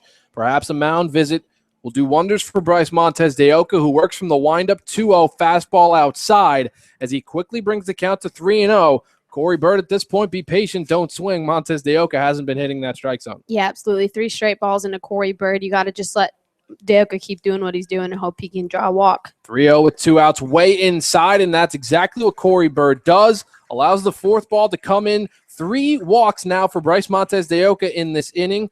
For Corey Bird, he'll pick up an RBI, walks in a run. Colby Bortles trots into home. 2-0 lead for the Harbor Hawks. Yeah, and that's big for Corey Bird to draw that walk. He also drew a walk off de Oca back in the 3rd inning, just seeing the ball really well right now. But at the same time, de Oca is not putting anything in the strike zone anyway. It's probably going to be the end of his day. As it seems like the manager for Falmouth will come out, and a new pitcher will be coming in. Bryce Montez de Oca's day is done, and the Falmouth Commodores' playoff hopes are hinging on the bullpen to now save this game for their squad. 2-0 lead for the Harbor Hawks. Bases loaded, 2 outs in the bottom of the 4th. We'll take a quick break with a new arm coming in. You're listening to Hyannis Harbor Hawks baseball here on the Cape Cod Baseball League Network.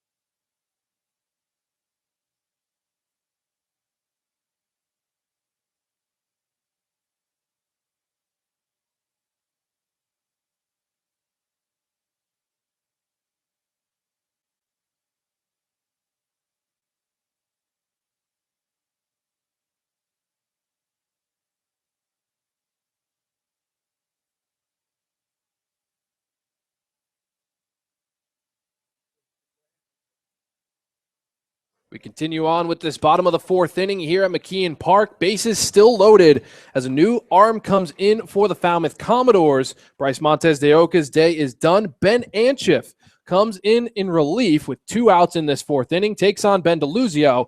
And for Anchiff, fires in a first pitch strike on the Florida State Seminole. DeLuzio, Of course, before things ended for Bryce Montes de Oca, he walked in a run. Colby Bortles ended up walked in 4 straight pitches to Corey Bird as Montes de Oca struggled to find the strike zone. For Anchiff, working from the windup, 0-1 breaking ball swung on by DeLuzio, fouled out of play as Anchiff quickly works ahead 0-2.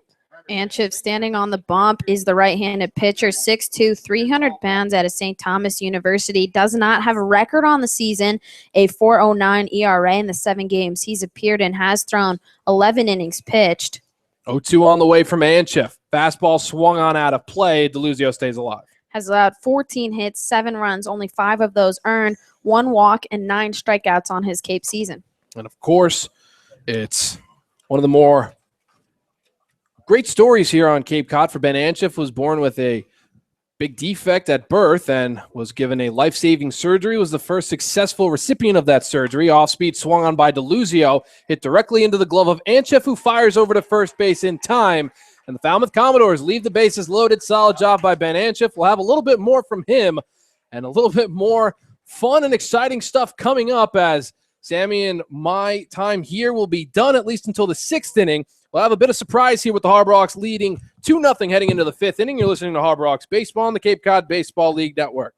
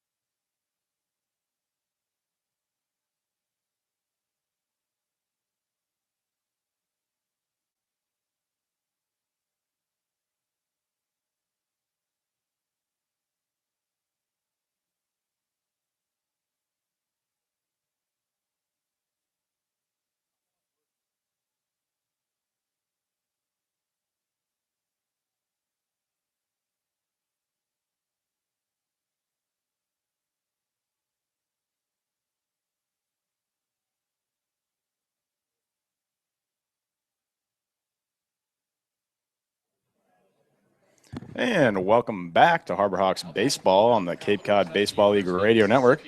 From McKeon Park, it's Jeff Short taking over for the top half of the 5th inning alongside Andrew Raby, making our radio debuts here on Cape Cod. We've waited 42 and a half games, so I think it's been a long time coming. But here's J.B. Woodman from the University of Mississippi stepping into the plate to face Kevin Roy to start off the 5th for Falmouth. The center fielder is 0 for 1 with a strikeout looking today.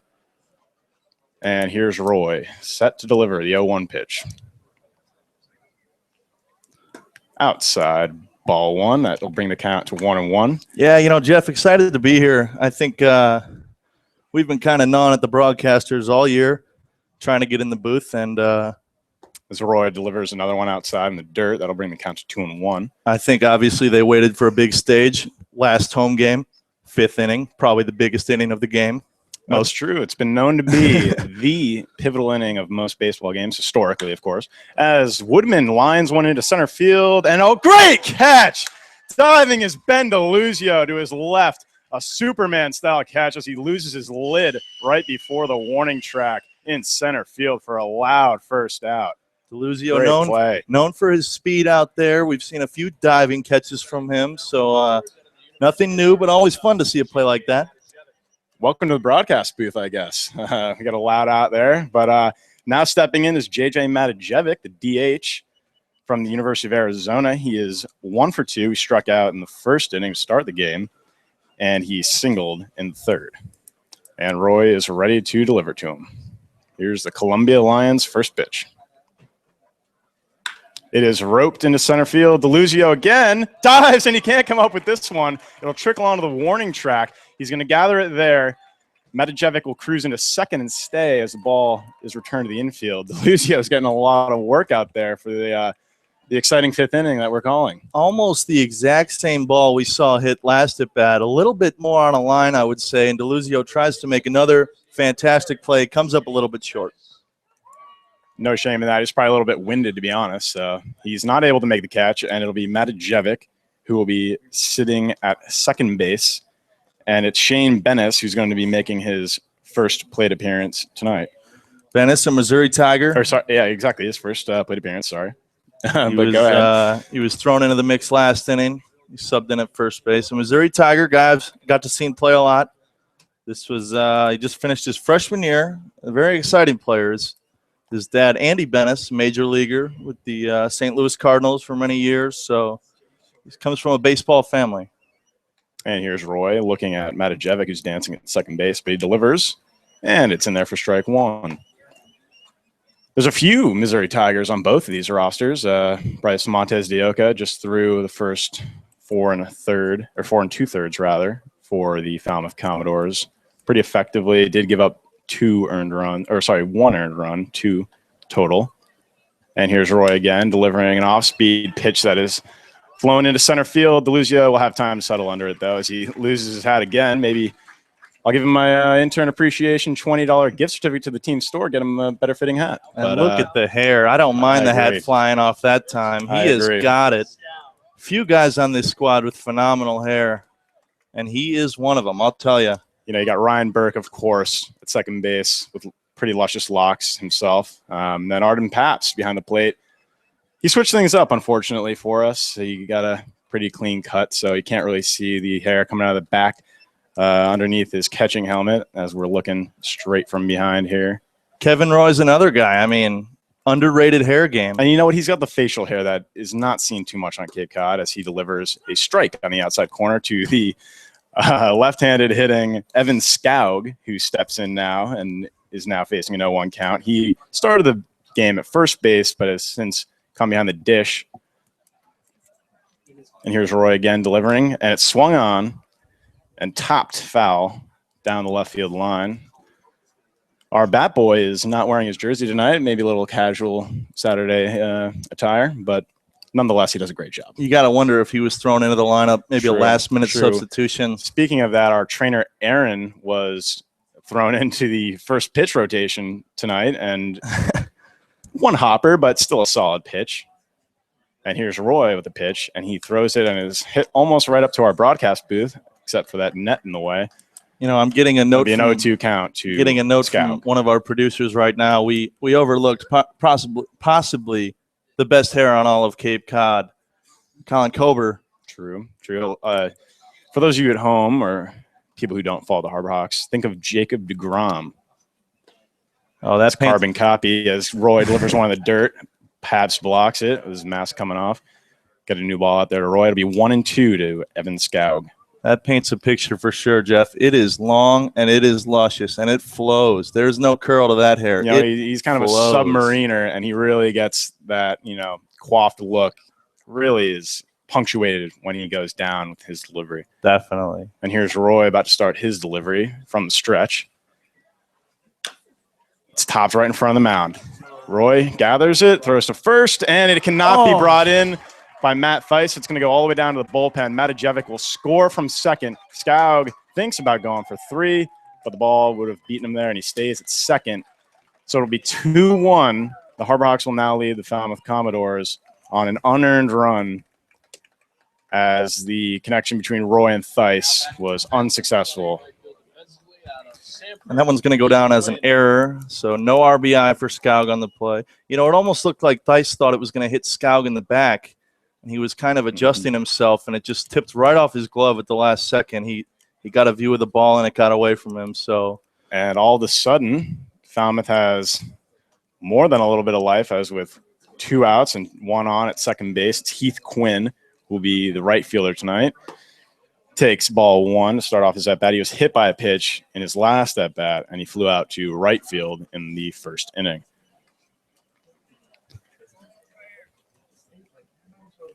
Here comes Roy. He's set. He'll be throwing from the stretch again, and here it comes. Outside, but it's swung on and missed by Quinn. It took a big hack at a fastball up and away. You can and tell. It'll be 1-1. You can tell Quinn is upset with himself right now. He's kind of hitting his back leg there, but we're not upset up here. Thanks for the breeze, big boy. We could use it on a warm night like tonight, I tell you.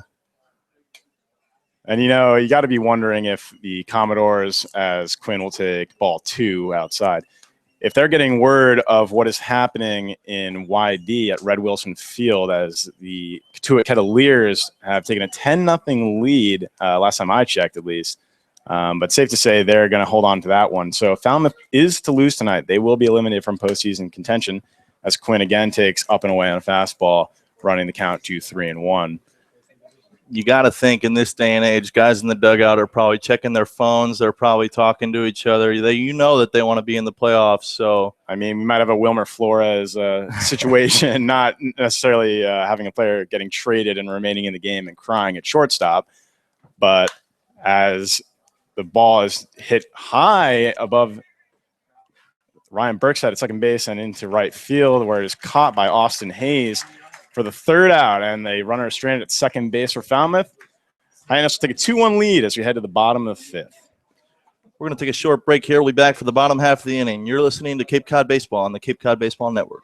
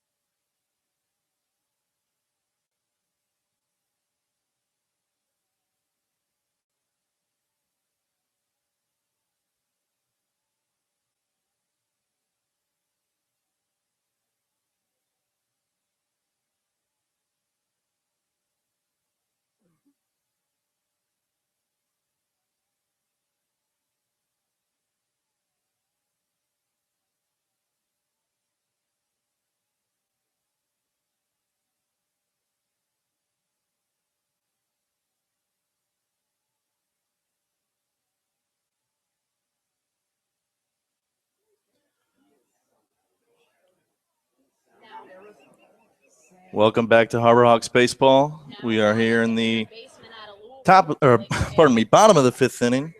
Harbor Hawks leading 2-1. Ben Anchef on the mound for the Falmouth Commodores, as Blake Taberry steps into the box, left-hander out of the University of Louisville, and he takes ball 1 outside.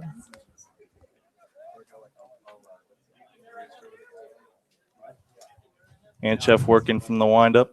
Nobody on, nobody out here in the 5th.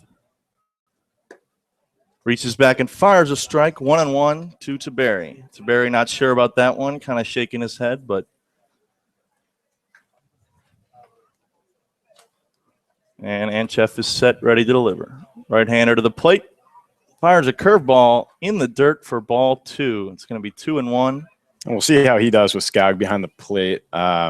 We obviously saw some issues when Logan Ice came out of the game in the last inning. So let's see how he does. Anchef fires a 2-1 strike fastball on the outside corner. Anchef. Count moves to 2-2.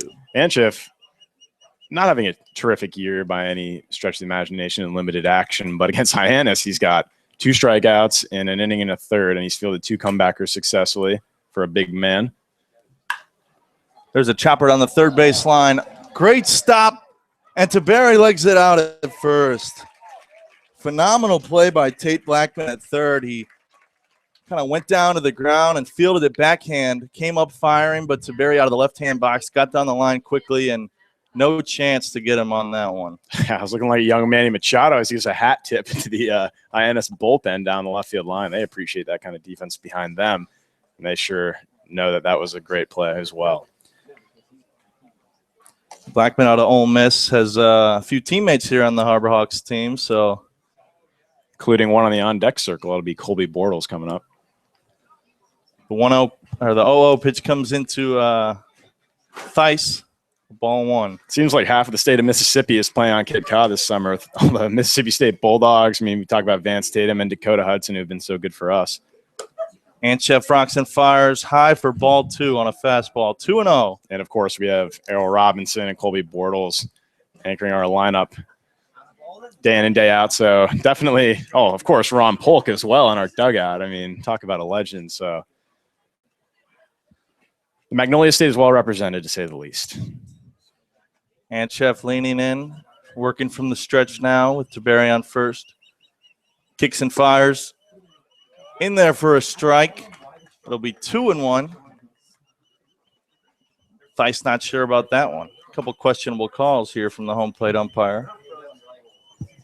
Not going to mention his name on the broadcast. Out of respect. Theis rocks one to center field. Going back on it is Woodman, and he makes the catch a few feet from the warning track. Theis really got into that one, but McKeon Park, a nice size stadium, 394 out to center, and with the wood bats, it is really tough to drive one out there. We haven't seen any over that center field fence this year, have we, Jeff? I don't think we've seen many, if any, really. And, it's so enticing to go out to right field. It's 332, and the flagpole sits right behind that sign, and it's, as it is right now, it's blowing in a circle, basically. It's been going out to center. It's been going to left, and the winds really do swirl all over the place. Ground ball chopped to third, over to second for the out, and over to first. They turn the double play. 6-4-3 double play, pardon me. Anchef gets out of the inning, and we're going to take a break here. You're listening to Harbor Hawk Baseball on the Cape Cod Baseball Network.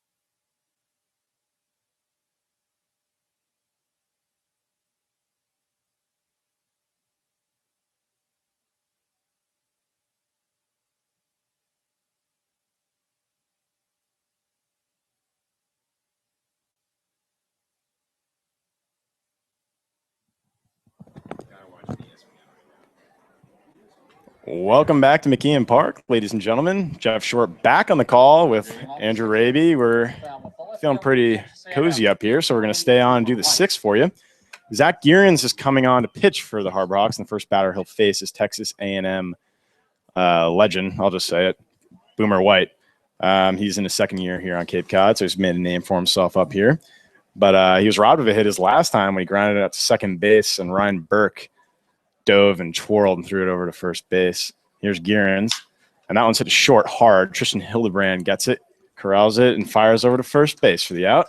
And for Boomer White, legend is almost an understatement. This guy, it was our first game, Jeff. I remember our first game on Cape Cod. We were playing out at Falmouth, and no one really knew the players yet, and he kept coming up. The crowd was erupting. Really kind of fits in well with the Falmouth community. They love the guy. So some have called him the face of the franchise. The face of the franchise. And another face will be Tristan Gray, the shortstop, coming up. He takes strike 1 on the outside half. He's standing in the left-handed batter's box. Tristan has struck out in the second inning and flown to right field in the 4th. And he takes the first ball down and away. It'll run the count to 1-1. Gearens is coming in to pitch. Obviously, we've mentioned that. He's working fast, so I haven't really had time to look up his stats, but he's coming in with a 4.26 ERA as he throws, and it's foul off behind home plate, running the count to 1-2. He's 4.26 ERA in 9 games. He has a save, 12.2 innings pitched, 17 hits, and 6 earned runs, 8 strikeouts. St. Louis University is where he pitches his college ball, and he's from Spring Hill, Missouri. And he throws again, and it's fouled off down the left field line towards the osprey nest. And the kid's got his hands on it, so it will remain 1-2. Tristan Gray, the left-hander in the batter's box right now, goes to Rice University. I can remember being a youngster. Rice had such a phenomenal program, and talking to him before the game, he said him and his boys are looking to bring the glory days back to Rice. And here's Corey Bird. And he runs over down the left field line. He's into the bullpen. He extended his arm out there, couldn't bring it in, and it'll be a double down the left field line for Tristan Gray. What a hot shot down the line, and as you said, Bird chasing it down, plays the left field very well. We've seen him in center this year, but not able to make the play. It looked like it may have hit off his glove as that ball was slicing down the line. Tough play. And Tristan ends up with a double. He's on second base with 1 out here in the top of the 6th inning. And here will be Tate Blackman, the third baseman tonight, number 2. He's an Ole Miss product as well, as we've already said. The impact that state has had on the Cape League this year as he fouls the first pitch back to the fence, 0-1. So Falmouth fighting for their season right now. Some players might be eager to get out of here after a long season, but for those who want to stay, if they're going to, they're going to have to win tonight here and overcome a 2-1 deficit in the 6th inning. And Blackman might be the man to do it as he has a runner in scoring position and 1 out. He swings and misses on pitch on the dirt, though, and it'll be an 0-2 count. Yeah, like you said, Jeff, some of these guys might be ready to get out of here, but I know, when you look at our guys, they're a handful of competitors. They're all excited to be here, and they want to make a run in the playoffs. You got to think Falmouth is feeling the same way. Maybe a couple guys that are eager to get back, but a lot of people excited to be here. And here's Gearens delivering strike 3 as it swung through. It was a breaking ball on the inside part. Choked up Blackman there, and that'll be a big out number 2 as Caleb Hamilton, the second baseman, is about to step into the right-handed batter's box. The Oregon State product. Wipes his cleats through the batter's box, takes a few practice hacks, but Gearens looks ready to deliver. He's working very fast out on the mound, the St. Louis University Billiken. Great mascot. Great mascot. Great mascot. He delivers, and it's fouled off to the backstop, 0-1. Thought about attending St. Louis just because of the mascot. I mean, if you're applying to colleges and you aren't taking the mascot into consideration, you're lying to yourself. Let's be realistic. You're absolutely lying. It was a matter of, maybe my acceptance letter got lost in the mail. Maybe someone crossed out accepted. He hits one to left, but it looks like Corey Bird has plenty of time as he charges in. makes the snag, and that'll be the third out. So Falmouth strands runner at second. It'll remain 2-1 in favor of Hyannis as we head to the bottom of the sixth. You're listening to Harbor Hawks Baseball on the Cape Cod Baseball League Network.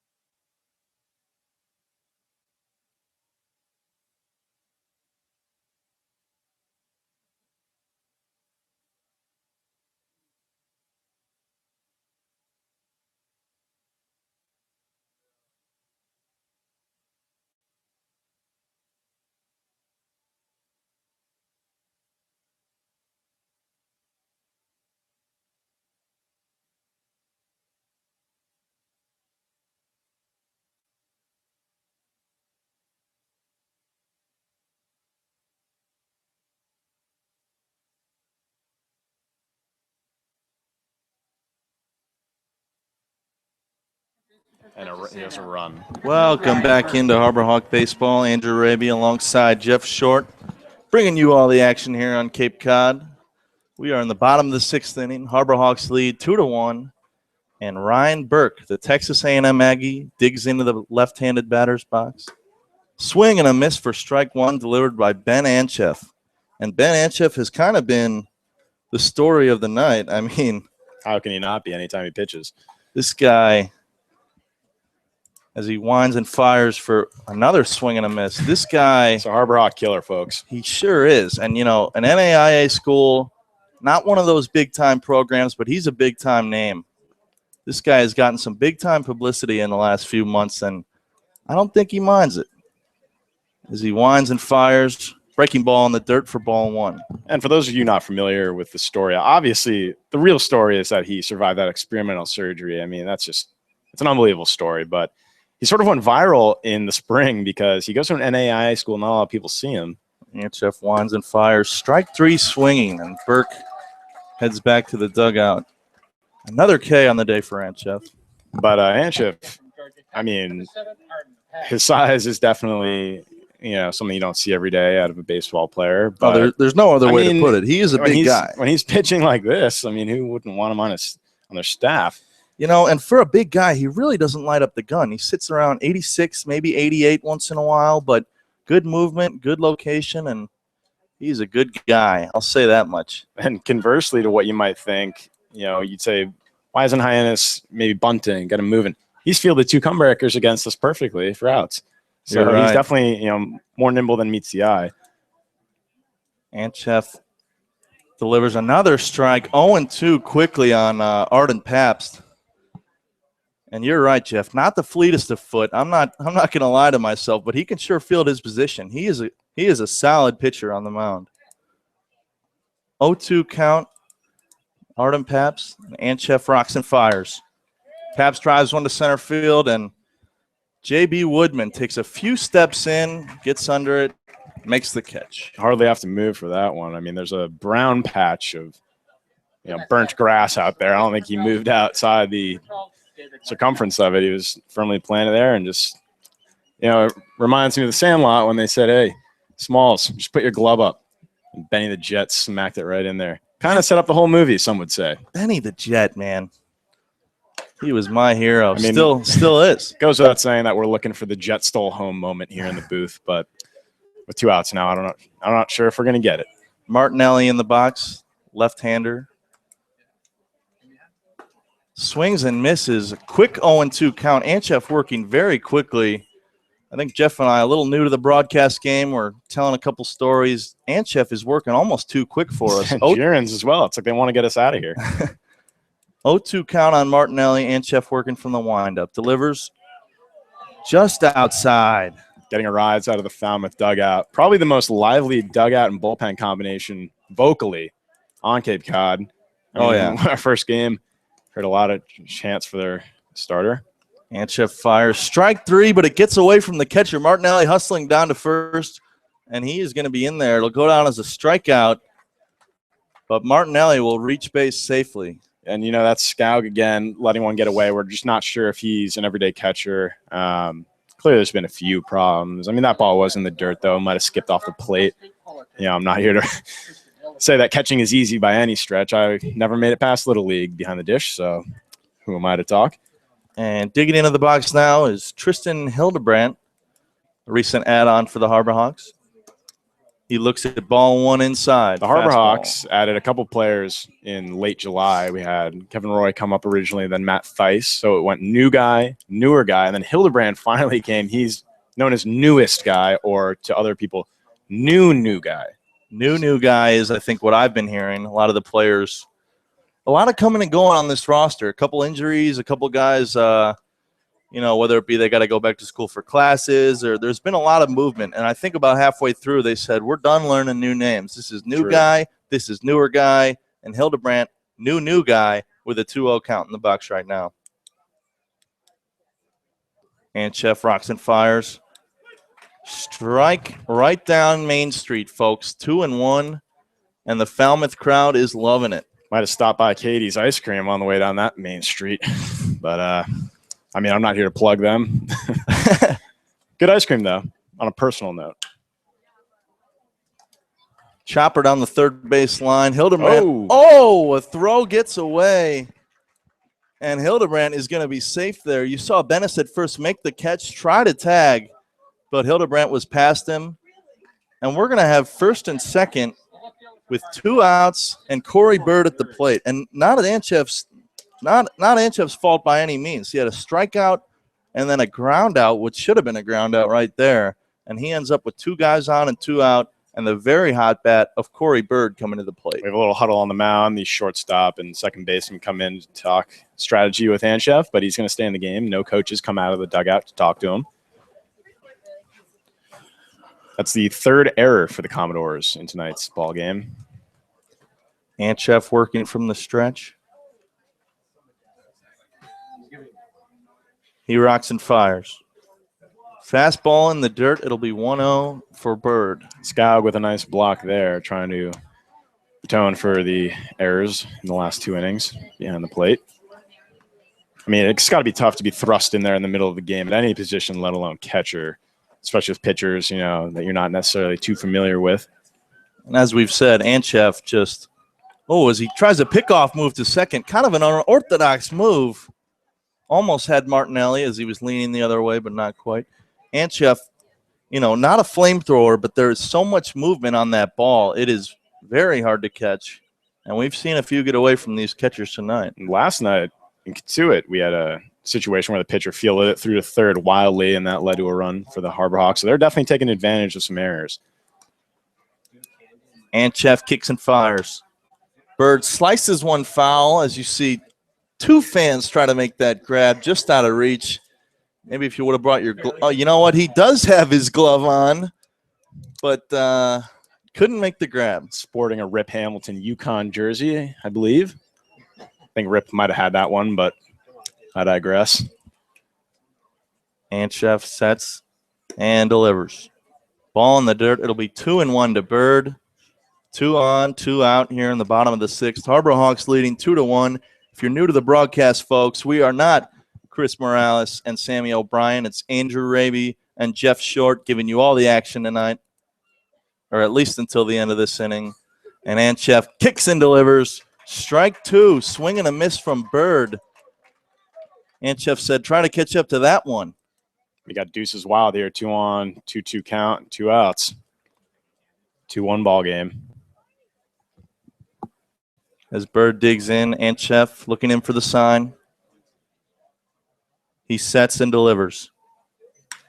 There's a liner over the shortstop's head. Here comes Martinelli. He's coming around. He's going to score. There will be no throw.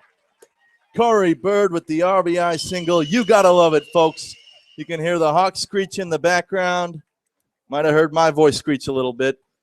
Hasn't been too much to cheer for this inning, but that got me fired up. I can't lie. And we see Corey Bird. He's so, willing to go the other way. And he chokes up on that bat so much that you don't really see nowadays. Kind of a throwback. He's a throwback player, to be honest. A great outfielder. He wears the high socks. Really, really nice kid out of Marshall University down in West Virginia, coming off his freshman year there. And that reminds me, because Blake DeBerry, similar situation where he's a lefty, uses the other field very well. And Katuitt last night, in the last 2 games that we've played against him, have been shifting like crazy for every single batter to pull. And so it's good to see that the Harbor Hawks are going the other way. Not that there's been any shifts tonight. But there's a mound visit right now as Anchef is getting talked to. See if he comes out of the game. There is action in the Falmouth pen. As we've said, very, very important game here for Falmouth tonight. They need to pull off a victory to keep their playoff hopes alive. As the huddle breaks on the mound, they're going to leave Anchef in the game. And 2 outs, man on first and second. And we're going to have Ben DeLuzio come to the plate, center fielder from Florida State. Ben is the one, as we said last inning, made a phenomenal catch in the outfield. Great speed from this guy. And, it's worth pointing out that this rally doesn't start if Martinelli doesn't reach base on a dropped third strike. We've seen that by the Harbor Hawks in a game in Wareham early this year, where a bases-loaded strikeout got away and led to a run. This time, you had Burke striking out and Pabst flying to center to start the inning, and Martinelli struck out, so it would have been a 1-2-3, but now you have him ultimately scoring the third run, and then Hildebrand reached on an error as well, actually. There's a chopper to third base. Fielded cleanly and thrown out is DeLuzio. Anchef said, not again. You're not going to make a third error on me, as he trots off the field. That'll do it for the 6th inning. That'll do it for Andrew Raby and Jeff Short. Signing off here. It's been fun, folks. Jeff, any closing words? It's just great to be here. Thanks to Sammy, Chris, and Gabe for letting us up here. We almost got too comfortable. We might start our own broadcast, so look for us in the future. I'm hearing reviews are through the roof right now. Ratings are up immediately. Listeners are tuning in like crazy. So I wouldn't be surprised if you might hear us again in the future, folks. It's been fun. From Andrew Raby and Jeff Short, signing off, the Cape Cod Baseball League Network.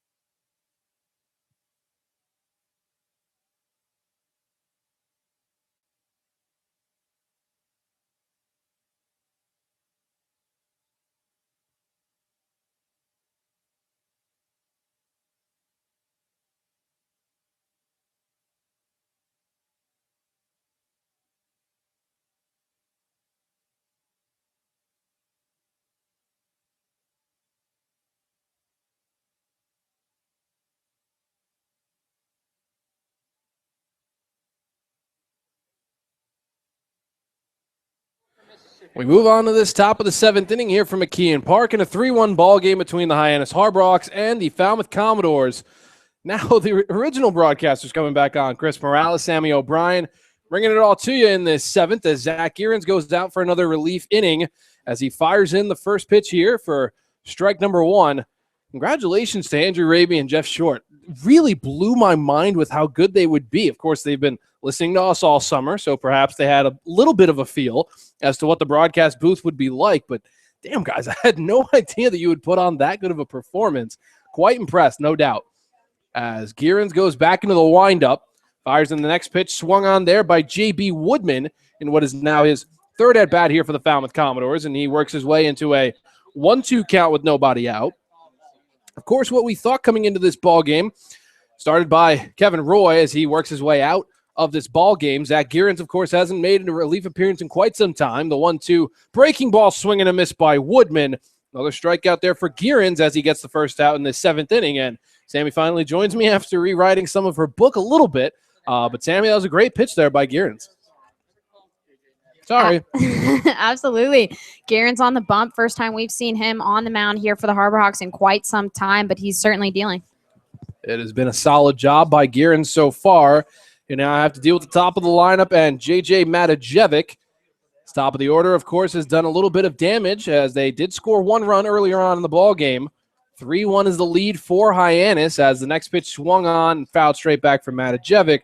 Brings the count to 0-1. And Sammy, something else has joined us in this broadcast booth, and my goodness, it's beautiful. It's beautiful, Chris. The Barnstable Patriot Cup is sitting up here between us for the first time in our 2 summers.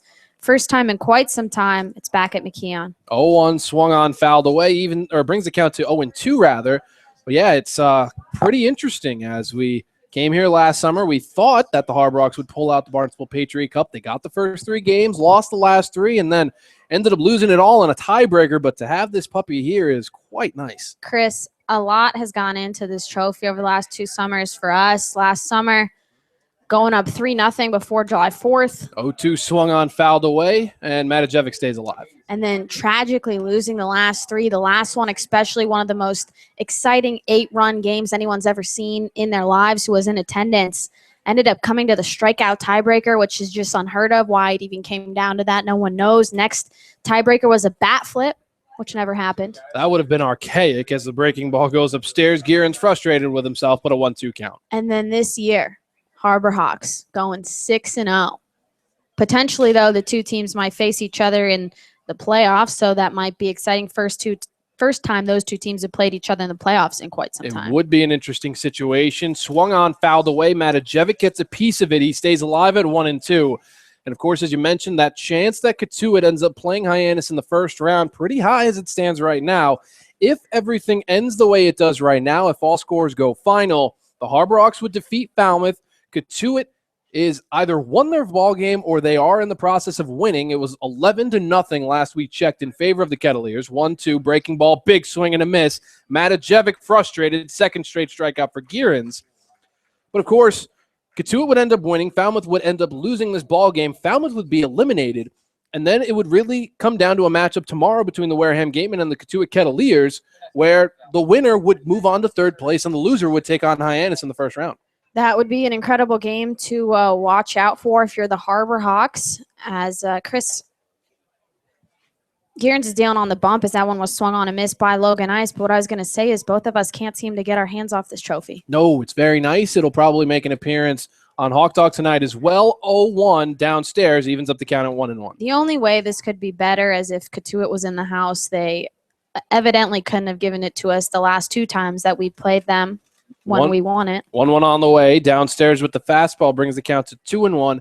It's a very interesting point you bring up. The Harbor Hawks had clinched the Barnstable Patriot Cup nearly a month ago, and the Katuitt Kettleers were in McKeon Park just a couple of nights ago. They couldn't face the music and hand us the cup personally. Or last night. 2-1 on the way. Swung on there by Logan Ice. He rips that one into center field, giving chase is Ben DeLuzio. He'll park underneath it and corral it for the 3rd and final out of this 7th inning. Zach Gearens goes 1, 2, 3 in this 7th as we move to the home half of the 7th inning. This is a solid relief performance from Zach Gearens as you see him on the mound. Haven't seen him in quite some time, and that'll be important for him heading into the playoffs to see who Gassman's going to go to first when he gets to the pen of things, and he's making a name for himself now. Yeah, it was an interesting situation. Just a couple... You have got to be kidding me as things are really starting to come undone here at McKeon Park. A recording of Zach Chase and the T-shirt toss. Absolutely magical. Legendary. This is going to go down as one of the better days in Harbor Hawks history. You got BSPN making an appearance on our broadcast. Pirate Radio. And now you have a recording of Zach Chase and the T-shirt toss down the third base side of things. Just really throwing out everything in the closet for the final regular season home game at McKeon Park. All the stops for the last home game of the regular season. We will have a home game on Monday, and gotta love hearing Zach Chase's voice when he's not even here. And they're just putting it on replay now. John Cabral and the PA announcers putting Zach Chase's beautiful voice on replay. It is absolutely fantastic. No doubt that may or may not be a mainstay here at McKeon Park.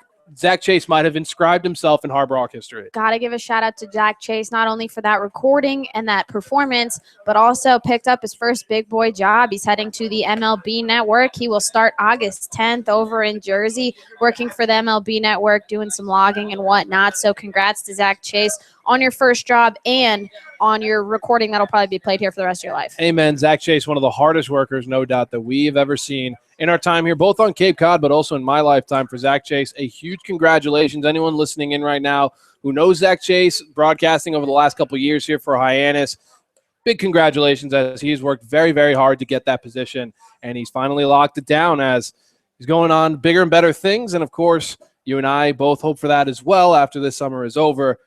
Me more so than you, as you got another year left at the University of Georgia. Could you imagine if Zach was here to see this trophy? Oh, I'm going to tweet it at him. I'm going to Snapchat it to him, maybe even give him a phone call later tonight, give him some big congratulations, as he did make some rumblings. If the Harbor Hawks make a big push later on this summer into the playoffs, we might have another sighting of Zach Chase here in this Hawks nest. But regardless, Ben Anchef comes out in another inning of relief in this bottom of the seventh.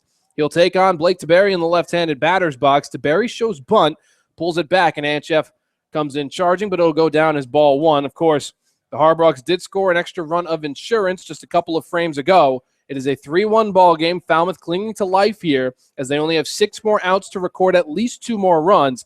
Anchef will try and keep them in this ball game as he dials up a fastball for strike one. Yeah, he's had a pretty solid relief appearance. He is keeping his team within striking distance. 1-1 from Anchef, swung on by Taberry directly into the glove of Caleb Hamilton at second base.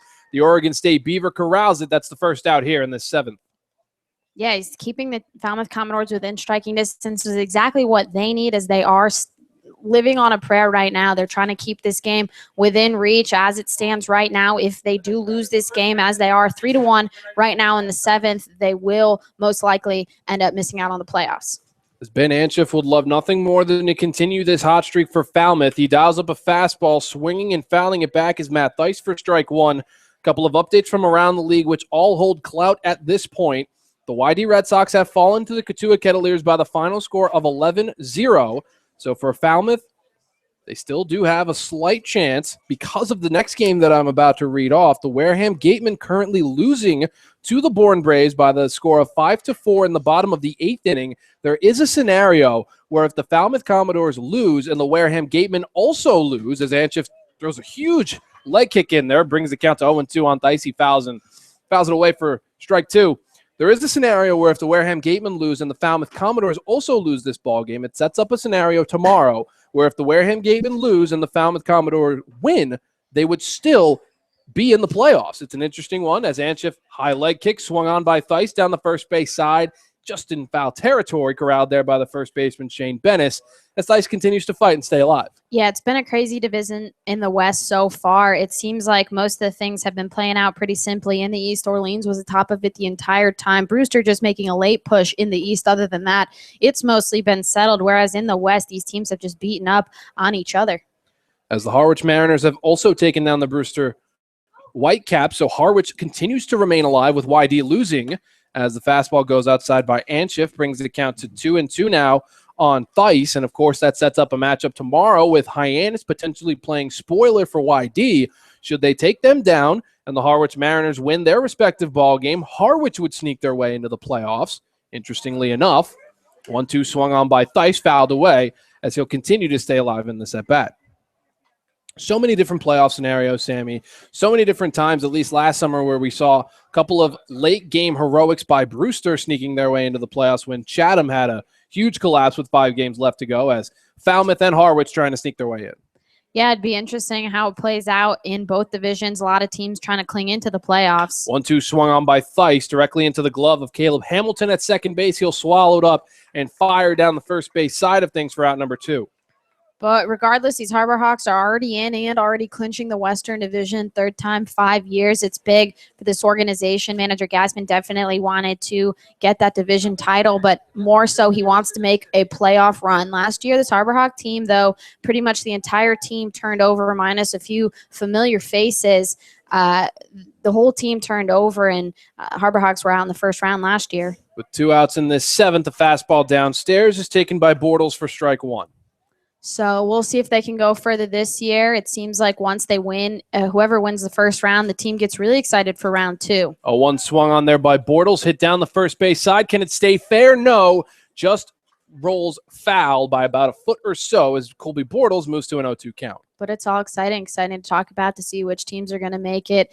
Be insane if the Harbor Hawks ended up playing Katuitt first round of the playoffs, just because of the rivalry that comes around with that. But playing Falmouth or Wareham would be interesting as well. If I'm not mistaken, the way things would end right now, I believe the Katuitt Kettleers with a Falmouth loss would clinch their way into the playoffs, as they have one today that would move them into 3rd place should Wareham lose as well. So for Katuitt, sitting pretty nice right now with an 11-0 victory in their pocket, as the fastball backdoor there by Anschiff goes for strike 3. Colby Bortles down on strikes, as that's the 3rd and final out for the Falmouth Commodores to get in this inning. We move on to the top of the 8th with the Harbor Hawks still leading by the score of 3-1. Falmouth trying to mount a comeback on the road. You're listening to Harbor Hawks Baseball on the Cape Cod Baseball League Network.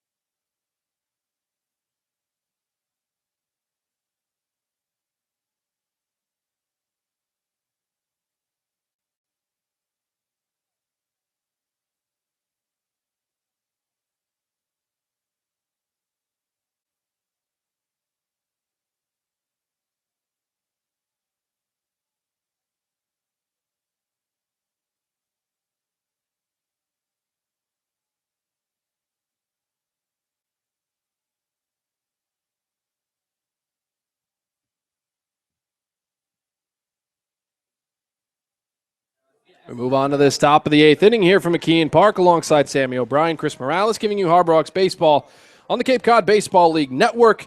As due up in this 8th inning will be Evan Scoug, Heath Quinn, and Boomer White for the Falmouth Commodores, as they need to mount a comeback in these last 2 frames. I'll explain in a little bit, and that'll get things started. Evan Scoug laces a single right back up the middle, past the glove of Zach Gearens in relief, as the first base runner is aboard here in this 8th inning. My apologies in the 7th inning, as I was a bit misleading in my information. Turns out that the Falmouth Commodores are actually 3 points behind the Wareham Gatemen and the Katuitt Kettleers. So as things stand right now, the Falmouth Commodores would need to win this game, or they would be eliminated from playoff contention. Yeah, Chris, and you can hear that from their fans. They have quite a bit of fans hanging around here at McKeon Park, and they had a huge cheer for a leadoff single here in the 8th. Heath Quinn takes a first pitch fastball from Zach Gearens. He'll foul that away for strike 1. But, of course, it's an interesting scenario for Falmouth, as they desperately need to win this game, as quite literally in 2 innings, and if they don't score at least 2 runs, their season will be over. The fans do realize the scenario. For the Harbor Hawks, they can play spoiler tonight, as Katuitt has done their job. Wareham, doesn't matter if they win or lose, big swing and a miss by Heath Quinn will quickly bring the count to 0-2 on him. Of course, for Wareham, overplaying the Bourne Braves, it would be nice if Wareham gets their own victory. They control their own fate. Should they win, they are in. However, with the Falmouth loss, Wareham would also clinch. Big swing and a miss by Quinn down the third base side. That'll be foul. As it goes into the netting, he'll stay alive at an 0-2 count. Of course, for the Katuitt Kettleers, huge victory over the YD Red Sox, and that shakes up things in the East just a little bit, as there's a little bit of a wardrobe change behind us. Intern Zach just changing on into a new shirt that he bought, so that's always nice. Scoug takes his lead over at first.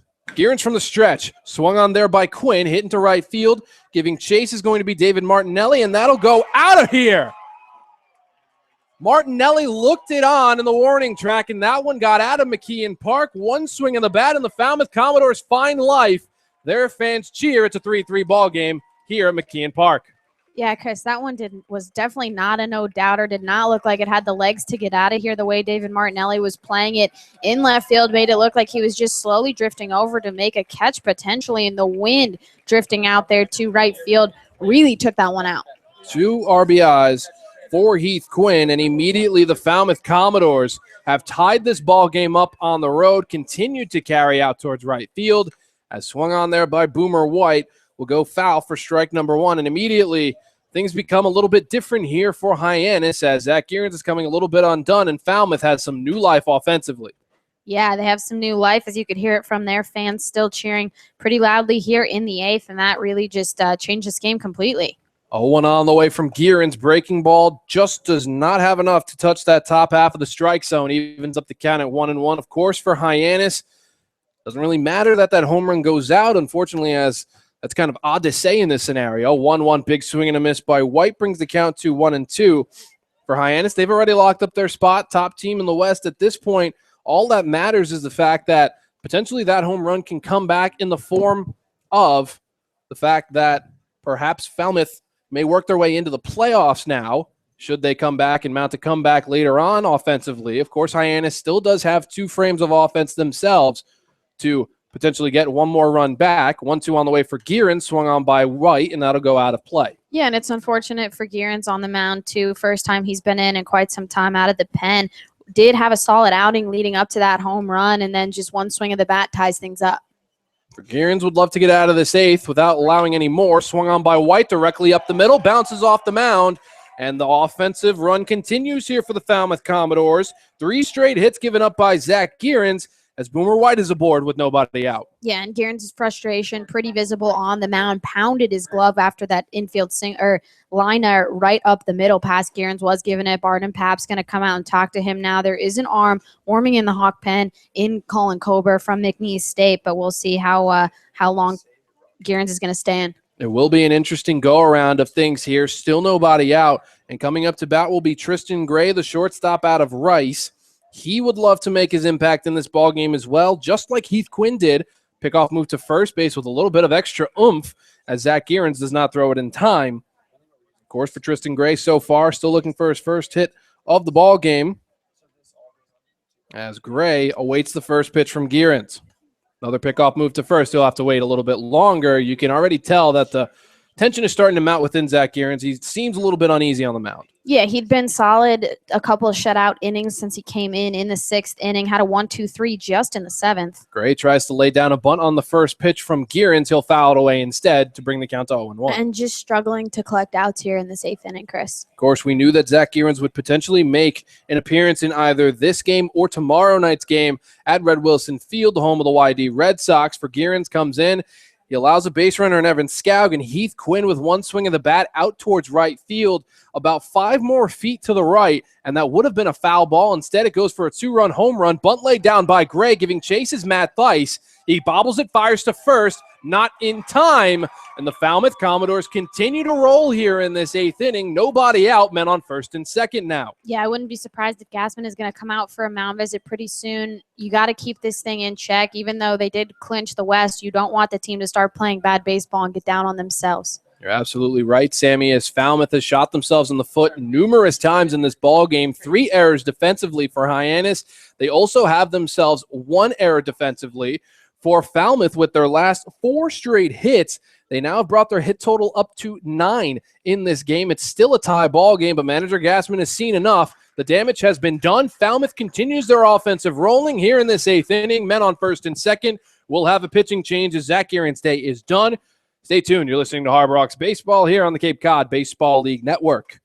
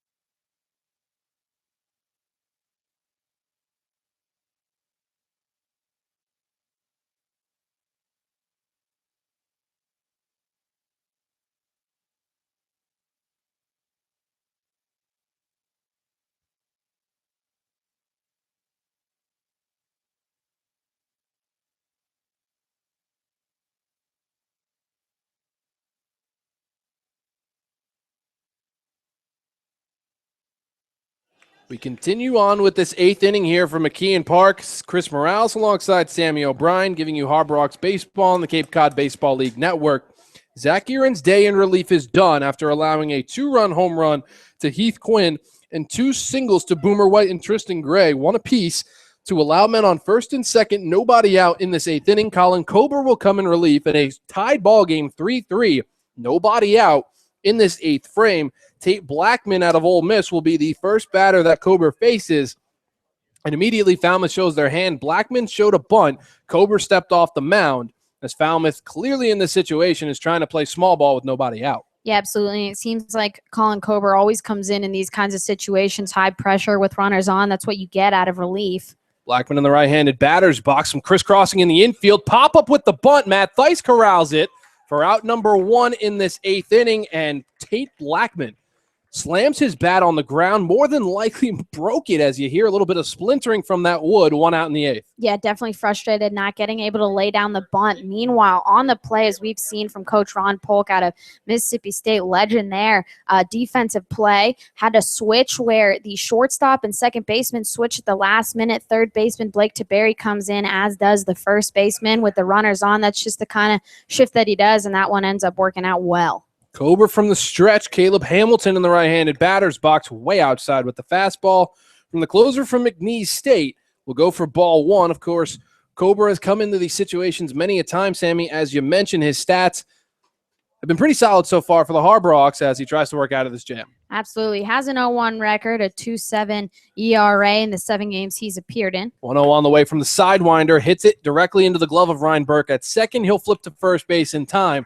Base runners do advance to second and third, but now 2 outs in this 8th. Colin, in his 7 games that he's appeared in, has gone 6 2/3 inning, 9 hits allowed, 2 runs, both of them earned in 3 walks and 1 strikeout. As he will now have to deal with number 9 in this batting order. It's J.B. Woodman. And for Woodman, he was a strikeout victim in the 7th to Gearins. So for Woodman, would love to reverse that here. A base hit into the outfield more than likely scores 2 for Falmouth, and that could potentially be what they need in this inning. Swung on there by Woodman, down the third base side, gets away from Blake Taberry. Gets off the end of his glove, 1 run scores. Boomer White crosses home plate, and that's a 4-3 ball game for Falmouth as the second error is recorded for the Harbor Hawks in this game. Yeah, that's tough there for Taberry. Seemed like he had it trapped in his glove, and it just slid under it, got away from him. First time he's starting in the field in quite some time, like we've mentioned earlier in the game, had only been DHing, and a defensive mistake there gives Falmouth the edge. It is an interesting turn of events here, to say the least, from McKeon Park as Falmouth has worked their way all the way back. The Harbor Hawks had a early lead in this ball game, and now Falmouth has come back to the tune of 4 runs in this inning alone. Or rather, earlier on in the game, they had 1, so 3 runs in this inning alone, pardon me, as Colin Kober tries to get the third and final out here to J.J. Matajevic, top of the order here as he fires in a fastball downstairs for ball 1. Meanwhile, for Colin Kober, this is the 8th batter in this inning to come up. Of course, a lot of those were to Zach Gearins, but for Kober, coming in a tough spot. Yeah, he's coming in tough spots all year. That one definitely not going to be an earned run for anyone. The run will definitely count against Gearins, but Kober trying to get out of the jam. Swung on there by Matajevic, hit out into left field, and the offense continues. 1 run scores. Tristan Gray crosses home plate. Being rounded around third is J.B. Woodman. The throw home is going to be high, and Arden Pabst could not get it. That will go down as a bases-clearing double for J.J. Matajevic. 2-run score for Falmouth. It's a 6-3 ball game here in the 8th. Yeah, that's a huge hit by J.J. Matajevic, able to tally on 2 more runs. Now a 6-3 game that the Harbor Hawks are going to only have a couple innings to work out of, and Colin Kober certainly struggling in the first couple batters he's seen. Kober has not looked easy in his mound visit so far, as there will be no one warming up in the bullpen. It will fall on Colin Kober. For the Falmouth Commodores, they plate 5 runs in this inning alone, and all with 2 outs so far, as 2 runs have scored since then. The last hit given up was by J.J. Matajevic, a 2 RBI double, broken bat right into the glove, right past the third baseman and Taberry. The end of the bat corralled and spun into Taberry. He had to get out of the way, could not corral the baseball. Rounding second is Matajevic, comes in to score. Unfortunate play for the Harbor Hawks there, but a 7th run for Falmouth. Yeah, and if that's what ends up being the difference in this game, if the Harbor Hawk offense can muster 3 more runs and that 4th is the difference, that's kind of a shame, as the broken bat was flying right at Blake Taberry, who was simultaneously trying to make the grab down the third baseline. Taberry looked back at the home plate umpire like, what am I supposed to do? A shattered bat is flying at my face. Home plate umpire just signaled fair, and that's all you can do. A run scores. 2 straight balls hit at Blake Taberry. One was an error defensively that he could not corral. The second, an unfortunate circumstance, broken bat, double there by Logan Ice, as the end of the bat that ends up spinning towards Taberry prevents him from getting the ground ball. It goes into left field. Corey Bird corrals it, and things have come completely undone here for the Harbor Hawks as Colin Cobra continues to try and work out of this inning. He now deals to Evan Skaug, who started off this 8th inning. He is the 10th batter to come around for Falmouth, as they've already plated a number of different runs in this inning alone. They now lead by 4, where they were trailing by 2 coming into this 8th. For Cobra, dealing the 1-0 with 2 outs. Breaking ball right over the heart of the plate. Skaug takes it to even the count at 1-1. Yeah, just a couple of weird plays here in this inning to open the gap. Harbor Hawks now trailing by 4 runs. They're only going to have a couple innings of offense to get something done. For Cobra, would just love to get out of this 8th inning unscathed. A couple of runs have been earned towards him already. 1-1 breaking ball popped up into the air by Evan Skaug as Corey Bird parks underneath it, corrals it for the 3rd and final out of this 8th, but not before 6 runs come across for the Falmouth Commodores. Their playoff hopes changed dramatically in only 1 inning of work offensively, and now the Harbor Hawks have to come back and mount an offense of their own. Yeah, it was all started back here in the 8th inning with a leadoff single by Skaug. Heath Quinn opening up things with a home run to tie it right away.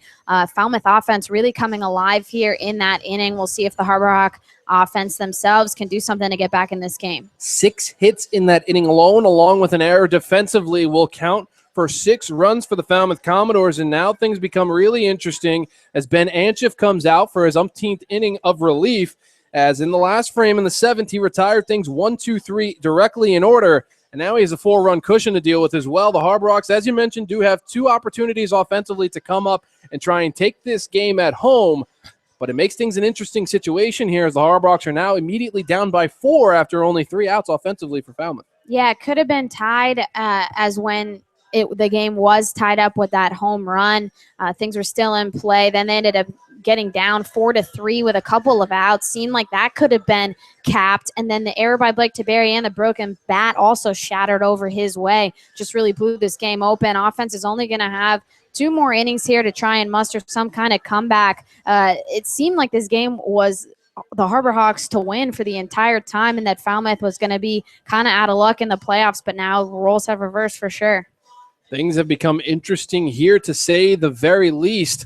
Bottom line, Falmouth's playoff chances have taken a complete 180 with a 6-run 8th inning. Now Ben Anchiff's job is to come in, stop the bleeding. He has still come in relief of Bryce Montes de Oca, who started this ball game off. For Anchiff, could potentially go maybe a little bit further in this ball game. Montes de Oca was taken out in the 4th. Anchiff has cruised all the way since then. There is an arm warming up in the pen for the Falmouth Commodores, but for Anchiff, he will deal with Ryan Burke, Arden Paps, David Martinelli in this spot.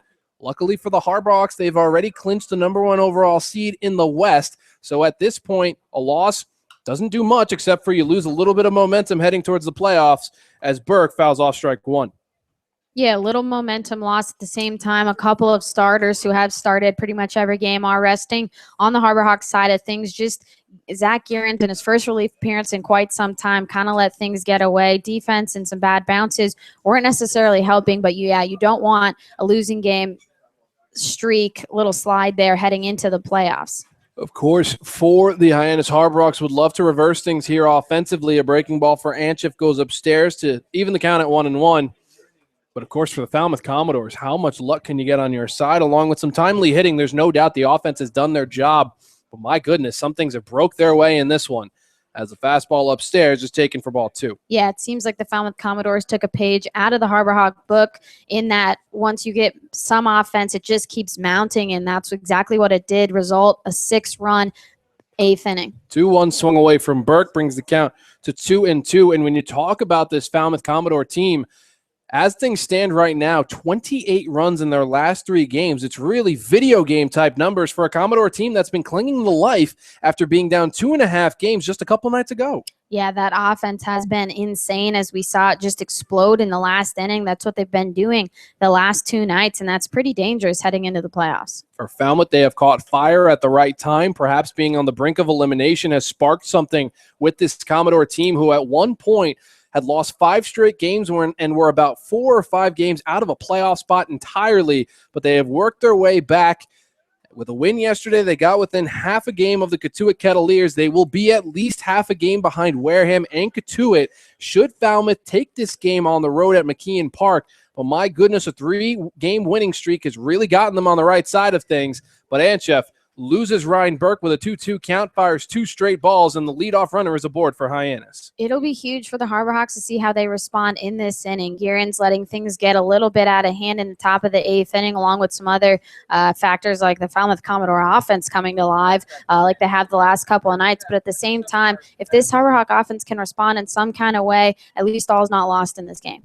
As it will be interesting here for Ben Anchef. Arden Paps stomps into the right-handed batter's box. Anchef works from the stretch, and he'll fire a first-pitch breaking ball downstairs. Paps swinging for strike number 1. The last time that a team scored as many as 6 runs in 1 inning against the Harbor Hawks, look no further than a couple of home games ago against the Orleans Firebirds, where they scored 8 in 1 inning against the Harbor Hawks, all off of Devin Smeltzer. For the Harbor Hawks, they did mount a comeback in that game as well. Get to that after this breaking ball right over the heart of the plate for strike 2 on Pabst. For the Harbor Hawks, they were down 9-0 after 2 innings, and they were able to mount 8 runs of offense after that. Unfortunately, for the Orleans Firebirds, they were also able to mount an extra 3 runs of insurance. The final score was 12-8. But it does show that the Harbor Hawks, who are down by 4 in this scenario, do have that comeback kid type of ability in them. 0-2 swung on there by Pabst directly over the shortstop head in Tristan Gray. That'll go into center field, and the offense starts to come alive here for the Harbor Hawks. Now 2 men on with nobody out. I think another example you can point at too, Chris, is back when these 2 teams played each other last. The Harbor Hawks were down 6-1 in the bottom of the 9th inning, and the offense just kept tumbling on top of each other. It ended up in the only tie for these 2 teams, ending in the 12th inning where it gets cut off. But at the same time, Harbor Hawk offense came back to score 5 runs and tie things up in the bottom of the 9th, and this Falmouth manager knows that and knows that they're capable of that and is trying to stop it now. For the manager for Falmouth, coming out towards the mound right now, taking a peek at the bullpen as he finally makes the signal over to that pen for Ben Anchef. His day in relief is done, but what a marvelous relief appearance it was for him as he will go into the dugout, await his relief pitcher to come in as Falmouth tries to slam the door shut on the Harbor Hawks. An offense mounting here for Hyannis. 2 men on, nobody out in this bottom of the 8th inning. A 7-3 lead for the Falmouth Commodores. We'll take a break from McKeon Park. Stay tuned. You're listening to Harbor Hawks Baseball here on the Cape Cod Baseball League Network.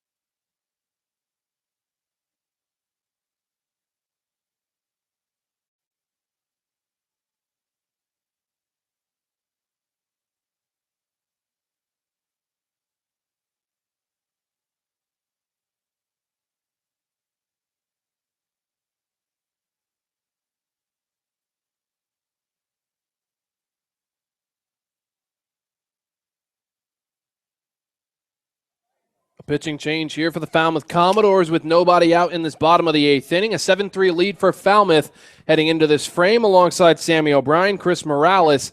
The new pitcher is Stephen Valines for Falmouth, their closer, as the manager for Falmouth has called upon him to get a 6-out save in this scenario, as the first pitch into David Martinelli will go as a strike. The lines is a sidewinder for the Falmouth Commodores out of the University of Kansas. And, of course, with Andrew Frankenreiter suffering an injury at the All-Star game, Valines has taken over the closer role for the Commodores. An 0-1 count for Martinelli. Big swing and a miss as that goes into the glove of Evan Scoug, brings the count to 0-2.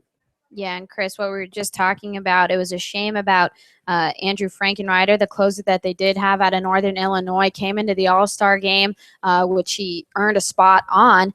And one of the first pitches he saw, something felt wrong, and he ended up having to come out of the game. Weird situation there. Everyone felt pretty bad for him, as that was a rough thing to see. Not really sure where he went with that, but he is no longer on this team, and this guy on the mound has taken over. 0-2 breaking ball outside. Valines gets Martinelli to swing and miss on that one for strikeout number 1 for him. And the first out in this 8th inning, of course, the men on second and first are Ryan Burke and Arden Paps, respectively.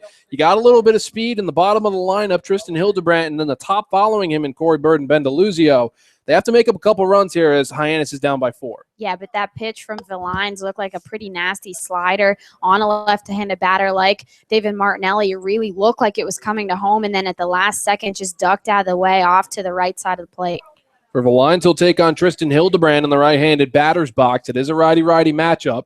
As Valines fires in the first pitch, swung on by Hildebrandt. Looks like it'll drop, and it does, directly in front of Boomer White. Hildebrandt will be aboard with a single with 1 out. The bases are loaded as Falmouth starting to sweat a little bit in this inning. Really nice hit from Hildebrandt there, coming up in a big spot in the bottom of the lineup, and a huge spot coming up now for Corey Bird, who's 2 for 2 on the day, also has 2 of the Harbor Hawks' 3 RBIs so far coming in this bases loaded jam. For manager Gassman, at this point, a loss does nothing. A win gives you momentum. So for, of course, manager Gassman, a win or a loss either way gives you momentum. Either way you want to split it. For Falmouth, they need to hold on to the 7-3 lead they have right now, or they will be bounced before the playoffs even begin. Bases loaded, top of the lineup. Corey Bird in the left-handed batter's box. He awaits the breaking ball outside, taken for ball 1 from Valines. Of course, for Falmouth, it's very simple. You got your best pitcher on the bump. There is some movement over in the bullpen for the Falmouth Commodores, but at this point, you're asking your best pitcher in the bullpen to come in for 6 outs and record what is a save situation in this situation, as fouled off the end of the bat of Bird behind the backstop will even the count at 1-1. Yeah, and that's all you can ask for this pitcher. Being put into a tough spot, did already have runners on first and second, gave up a leadoff hit there for Hildebrandt. So now the bases are juiced for a hot batter in Corey Bird. For Bird so far today, did reach back in the 3rd and 4th innings. He also has an RBI. As the 1-1 swung on by Bird, it's going to be hit into shallow right field, giving chases Caleb Hamilton in the outfield grass. The second baseman corrals it. No base runners advance, as now there are 2 outs in this 8th. Yeah, and that was allowed out there from Corey Bird, who had been hot coming into that at-bat. Just not enough contact to get it far enough out there. And, up to bat now is going to be Ben DeLuzio in a huge spot. As it seems like perhaps there will be a pinch hitter coming in this scenario, and it will be Austin Hayes, it seems like, coming out of the dugout, as Corey Bird instructs him on a couple of pitches that Valines does throw. For Austin Hayes, it was his scheduled off day, but for manager Gassman, you can clearly see the wheels turning. He does want to mount a comeback in this ball game. Austin Hayes might be the right move to make. Of course, Ben DeLuzio's day will now be done. He was 0 for 4 offensively, and you're bringing in one of the hottest hitters on the Harbor Hawks roster right now. Absolutely, Chris. Batting .311 on the season, does have upwards of 18 RBIs, and those have kept climbing ever since he's been playing every day at right field. So this is a big spot for Austin Hayes. Standing on first base is Tristan Hildebrandt. On second is Arden Pabst, and at third, Ryan Burke, with Austin Hayes coming up in the right-handed batter's box. A righty-righty matchup for Stephen Valines on the mound. The sidewinder from Kansas sets and fires. First pitch swung on by Hayes. Fouled directly into himself, and he is clearly frustrated after missing that first one. Yeah, also hit it off of himself, walking it off a little bit as it did hit his right leg. He's just going to walk that one off. For Austin Hayes, batting .311 on this season, has played nearly every single game for the Harbor Hawks. This is his 41st appearance in 43 games, has only taken 2 days off all season, 18 RBIs as well. For Austin Hayes, would love to make it over 20 with one swing of the bat in this one. against the closer for Falmouth, Stephen Valines. 2 outs in the 8th. Bases loaded, 0-1 on the way. Off speed, big swing and a miss by Hayes. He did not see that breaking ball coming, and he's down to his final strike. Yeah, that breaking ball really did break at the last minute. It looked like it was coming right at and then completely broke. Big spot now as he's down 0-2 in this count. The Harbor Hawks do have 3 runs. They're down by the score of 7-3. Biggest scoring opportunity that the Harbor Hawks might have for the rest of this ball game. Valines is ready to go. Sets on the mound, 0-2 on the way. Fastball outside corner, strike 3 called by home plate umpire Steve Gramsch, and that will end things. Stephen Valines keeps the season going for the Falmouth Commodores, at least for one more frame. Austin Hayes comes in to pinch hit, and he gets struck out for out number 3. Second strikeout for Valines in the inning. 7-3 lead for the Falmouth Commodores as we head to the final frame here at McKeon Park. Falmouth leads by the score of 7-3. You're listening to Harbor Hawks Baseball here on the Cape Cod Baseball League Network.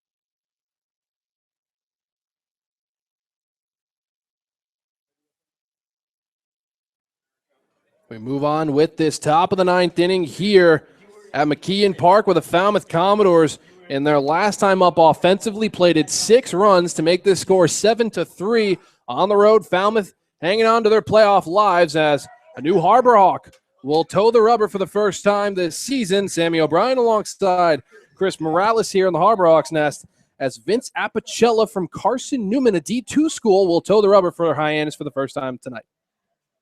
Goes into his windup and fires in a first pitch downstairs. Second pitch actually brings the count to 1-1. Yeah, Chris, this is exciting, an opportunity for him as he is coming from a Division II school, coming on the mound for the Harbor Hawks, one of the best college baseball leagues in the country. 1-1 breaking ball swung on there by Heath Quinn. He laces that one down the third base side of things, giving chase. There's the new left fielder, David Martinelli. He'll fire in. But Heath Quinn, after a two-run RBI home run in the 8th inning, brings in a double to start off this 9th. Yeah, and on the bump for Vince Apicella. Not exactly what you want to see in the very first couple of pitches you're throwing on the Cape League, but at the same time, you could settle it down and hopefully get out of this inning, make some outs. Well, to his credit, he just gave up a base hit to Heath Quinn, who has been on fire so far today and on the season from Samford, batting .306. So for the newcomer from Carson Newman. Has to adjust a little bit here. Of course, he'll work from the stretch for the first time against Boomer White. A fastball way outside brings the count to 1-0 on him. Couple numbers from Vince Apicella, who was a former pitcher for Coastal Carolina in D1. We have a couple of players on Cape from Coastal Carolina, namely Mike Paez over at Catuit. After this next pitch, we'll have some numbers from his D2 prowess, and Carson Newman, the fastball just a bit inside, brings the count quickly on White to 2-0.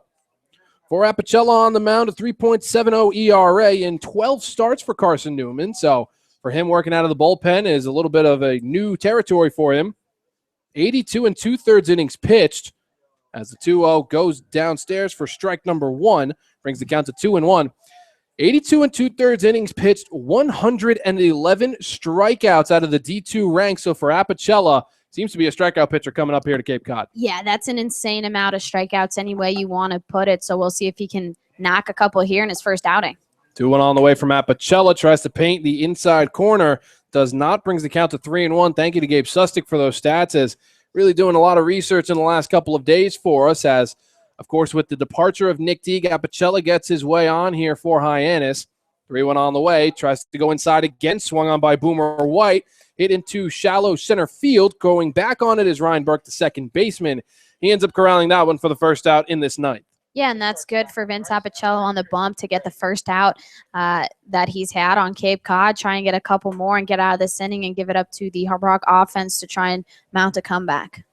As that will now go down as the first out for Vince Apicella in his first appearance for Hyannis. He's still not out of the woods with a man on second with Tristan Gray coming up right behind him. This was this part of the order for the Falmouth Commodores that ended up getting 6 different hits off of Zach Guerin's end. For Colin Kober in their relief appearance. For Tristan Gray, he ended up having a single in the 8th and came around to score. But, of course, for Apicella, he's going to have to work in order to get out of this ninth. Yeah, absolutely. Has a runner in scoring position already with the leadoff there, but it'd be huge for him to leave the guy on second and Heath Quinn stranded. First pitch in from Apicella to Gray brings the count to 0-1. And, of course, for Vince on the mound, what a situation to come into, of course. With a new arm for the Harbor Hawks, you got to test him out before the playoffs. So manager Gassman realizes what he's getting here in the former Chanticleer from Coastal Carolina. 0-1 from the left-hander downstairs brings the count to 1-1 on Tristan Gray. For Falmouth, a victory will keep them alive for the final regular season game, which will be tomorrow night. With the Catuit Kettleers already winning tonight and Wareham, the last we checked, were losing against the Bourne Braves. Falmouth Commodores with a victory tomorrow could potentially push them into the playoff hunt as the breaking ball outside by Apicella brings the count to 2-1. Interesting scenarios in terms of the playoff picture. Both in the East and the West for the Harbor Hawks don't have to worry too much. Same thing with the Bourne Braves. Both are locked in their positions. Hyannis will be the 1 seed in the West. Bourne is guaranteed the 2 as the 2-1 swung on there by Gray into the glove of Ryan Burke on a hop. Fires to first base in time for the second out in this top of the ninth. Going from second to third will be Heath Quinn. Yeah, and that's another big out here for Vince Apicella in his first outing here for the Harbor Hawks. Does have a runner on third base, just 90 feet away from tallying another run. But if you can keep this a 4-run game, that's doable for the Harbor Hawk offense. A couple scores from around the league. Wareham's game did go final. The Bourne Braves end up taking down the Gatemen by the final score of 5-4. So more than likely, little less than a perfect scenario for Falmouth. They would have loved to see Catuit fall today as well, but it will set up an interesting game tomorrow for the Commodores as a big swing and a miss for Tate Blackman goes for strike 1. Of course, Falmouth does have to hold on to the 7-3 lead that they have on the road here, but for the Commodores tomorrow in their ball game, a victory and more than likely a loss from either Catuit or Wareham will get them into the big dance for the chance at a Cape League title. 1-1 on that last ball from Apicella. Catuit also plays Wareham tomorrow, so it sets up an even more interesting matchup for Falmouth. 1-1 downstairs. Apicella loses things a little bit, brings the count to 2-1. More than likely, Sammy, Catuit and Wareham are tied as of right now in terms of points. Neither has clinched a playoff spot as of yet, and tomorrow's game between Catuit and Wareham could potentially knock one of them out of the playoffs entirely. Yeah, that'll be a big game between those two teams, Western Division, just continuing to battle it out. 2-1 on the way from Apicella. Swung on right over the glove of Blake Taberry. Coming in to score easily will be Heath Quinn, as rounding first base will be Blackman. He gets in safely with a slide. An RBI double for the Ole Miss Rebel in Blackman. Gets an insurance run for the Falmouth Commodores. 8-3 lead for Falmouth. Yeah, this is a few too many runs probably for the Harbor Hawks to mount all in one inning, though we did see them add 5, which is the exact same number that they have right now to come back from as the two teams that played each other last time just a couple weeks ago. If the Harbor Hawks could pull off the same kind of rally, that would be incredible. But, yeah, just relief pitching, a few too many runs to potentially come back from probably. As Falmouth, as of right now, looks like they may cruise to an 8-3 victory. Breaking ball nicely thrown in there by Apicella for strike number 1 on Caleb Hamilton. Of course, with Wareham and Katuitt playing each other tomorrow, the Falmouth Commodores would have to take down the Bourne Braves in their ball game. 0-1 on the way from Apicella. Breaking ball swung on there by Caleb Hamilton. Brings the count quickly to 0-2. Of course, for the Bourne Braves, a win or a loss does nothing for them as well. So it is all feasible that the Falmouth Commodores, with a 3-game win streak, should they pull out this game tonight, of course, a 3-game win streak heading into their game tomorrow against the Bourne Braves, will set up a Western Division matchup more interesting than what we've seen in the last couple of years. Of course, all the way going down to the final game of the regular season. How else would you want it written up? Breaking ball by Apicella, fouled away as Hamilton stays alive. Very interesting situation here on Cape Cod. Of course, the East is also pretty much a scramble as well, as the Harwich Mariners keep their hopes alive, and the Harbor Hawks can potentially play spoiler tomorrow night as well against the YD Red Sox. 0-2 on the way. Fastball downstairs. Apicella can't paint that part of the strike zone. Brings the count to 1-2 on Hamilton. Apicella struggling just a little bit after allowing his first earned run here on Cape Cod. That was Heath Quinn coming around to score on an RBI double from Tate Blackman, who takes a sizable lead off of second base. Normal defense here for the Harbor Hawks as things become muggy here at McKeon Park. Swung on by Hamilton as he refuses to get out of the batter's box with 2 outs in this ninth. Standing in the on-deck circle, should Falmouth do something with this at-bat, J.B. Woodman. Of course, for Woodman, reached on an error in his last at-bat. That was one of those interesting scenarios for the Harbor Hawks in what was a rough 8th inning for them. Big swing and a miss as it actually fouled off the end of the bat there by Hamilton. Will keep him alive at a 1-2 count. Yeah, this will be a big out. If Apicella can get out of this inning with just the 1 run coming around, that would be huge. For Falmouth, would love to continue their offensive flurry in this inning alone. So far for the Commodores, 7 runs unanswered by the Harbor Hawks, as a check swing there by Hamilton, corralled by Pabst, appeal down to first. Nothing going, says first base umpire Norm Gordon, as that'll leave up the count on Hamilton at 2-2. Apicella, of course, coming in his first relief appearance on Cape Cod, first appearance, period. Came a little bit undone, did allow an earned run, did corral 2 outs so far. Would just love to get in and out of this 9th inning without allowing that base runner to score from second. 2-2 on the way with 2 outs. Apicella, fastball upstairs, nothing there. Brings the count full on Hamilton as Apicella struggles to find that strike zone. Yeah, the count's full now. Definitely trying to work out some of his put out pitches, as that was a fastball up high, trying to get Caleb Hamilton to swing on that one. 3-2 on the way from Vince Apicella. Payoff pitch, fastball swung on there by Hamilton, giving chase his center fielder, Corey Bird. Rounding third is going to be Tate Blackman. No throw into home. Another insurance run for the Commodores. 9-3 lead here in this top of the 9th. Yeah, and it seems like these put out pitches that Vince Apicella is throwing seem to be a few high fastballs that have gotten away from him, just left up a little too low so that hitters can get a hold of it, and that was definitely the mistake that was made there against Hamilton, who gets the better of that. 2 insurance runs score for the Commodores as their fans have all but stopped cheering as raucously as they were earlier on in this ball game. Of course, Falmouth was down by the score of 3-1 just a couple of innings ago. And for Vince Apicella, would love to get out of this inning without allowing any more. He'll deal with J.B. Woodman in the left-handed batter's box, and he takes strike number 1 on him. 2 straight batters have recorded RBIs. For Blackman, had himself an RBI double, and for Hamilton, who stands at first, had himself an RBI single. Big swing and a miss by Woodman brings the count quickly to 0-2.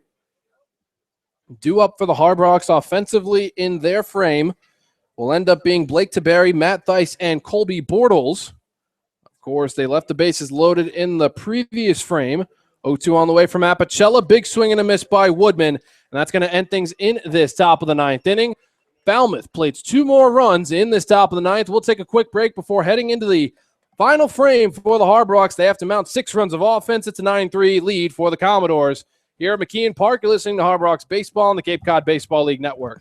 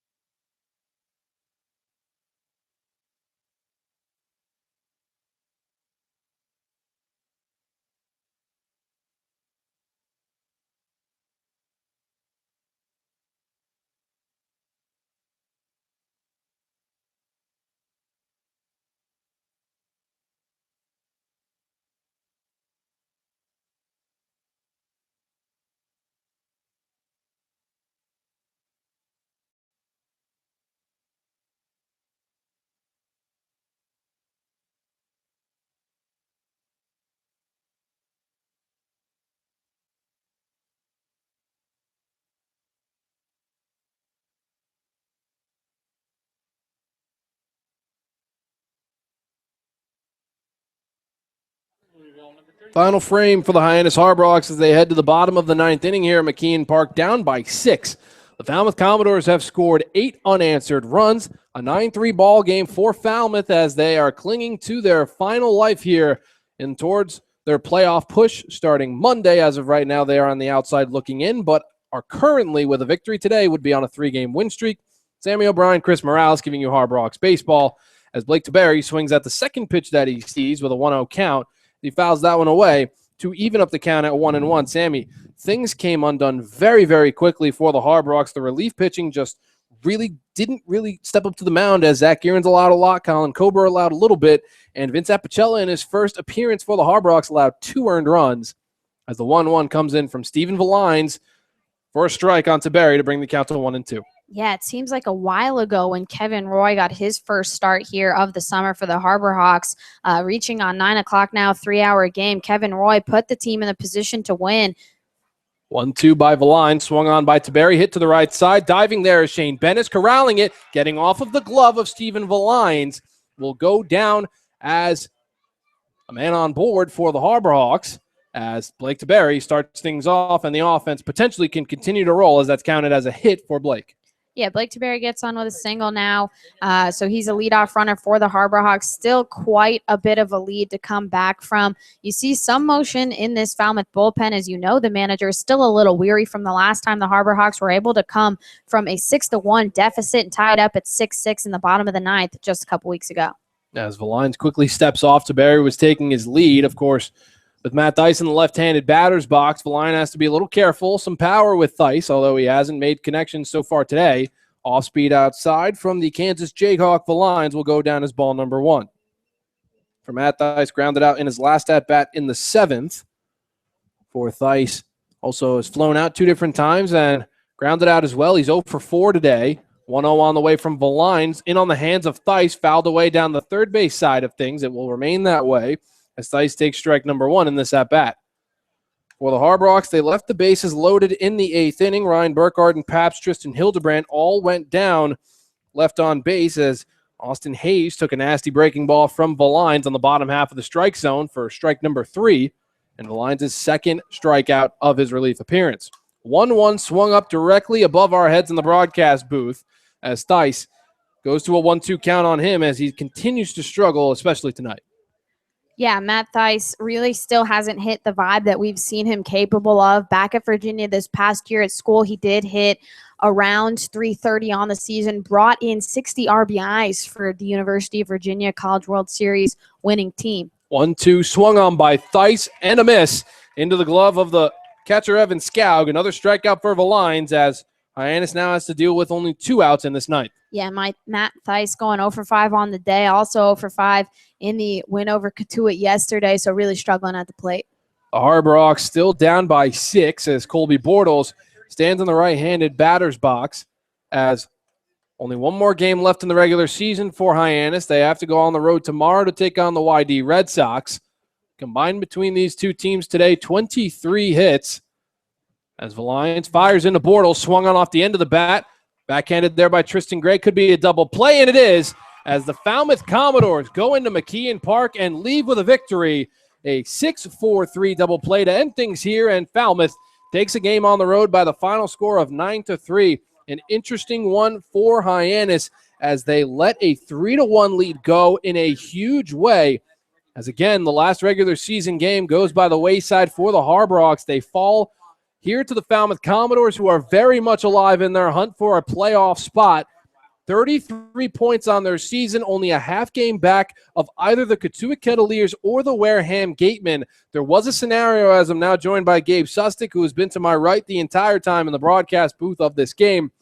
Gabe, an interesting scenario for the Harbor Hawks. A 3-1 lead. The bullpen relinquishes it way more than they should have, to the tune of 8 unanswered runs for the Falmouth Commodores. They are now very much alive with a game against the Bourne Braves tomorrow and Wareham and Katuitt playing each other tomorrow night. It could potentially make up a very interesting end of the regular season. Yeah, I mean, for this point, for manager Gassman, you knew coming into today, for him at least, he's trying to set up his rotation, really trying to set up his guys there, as we talk about how Robinson wasn't playing and Noel wasn't playing. He was trying to rest a few guys up here to give him some time off till they started the playoffs. This game didn't mean much to him. He's happy that Bourne did lose yesterday, as he would have been in a situation now where now he might have to possibly want to win the final game of the season, but he didn't go for this game.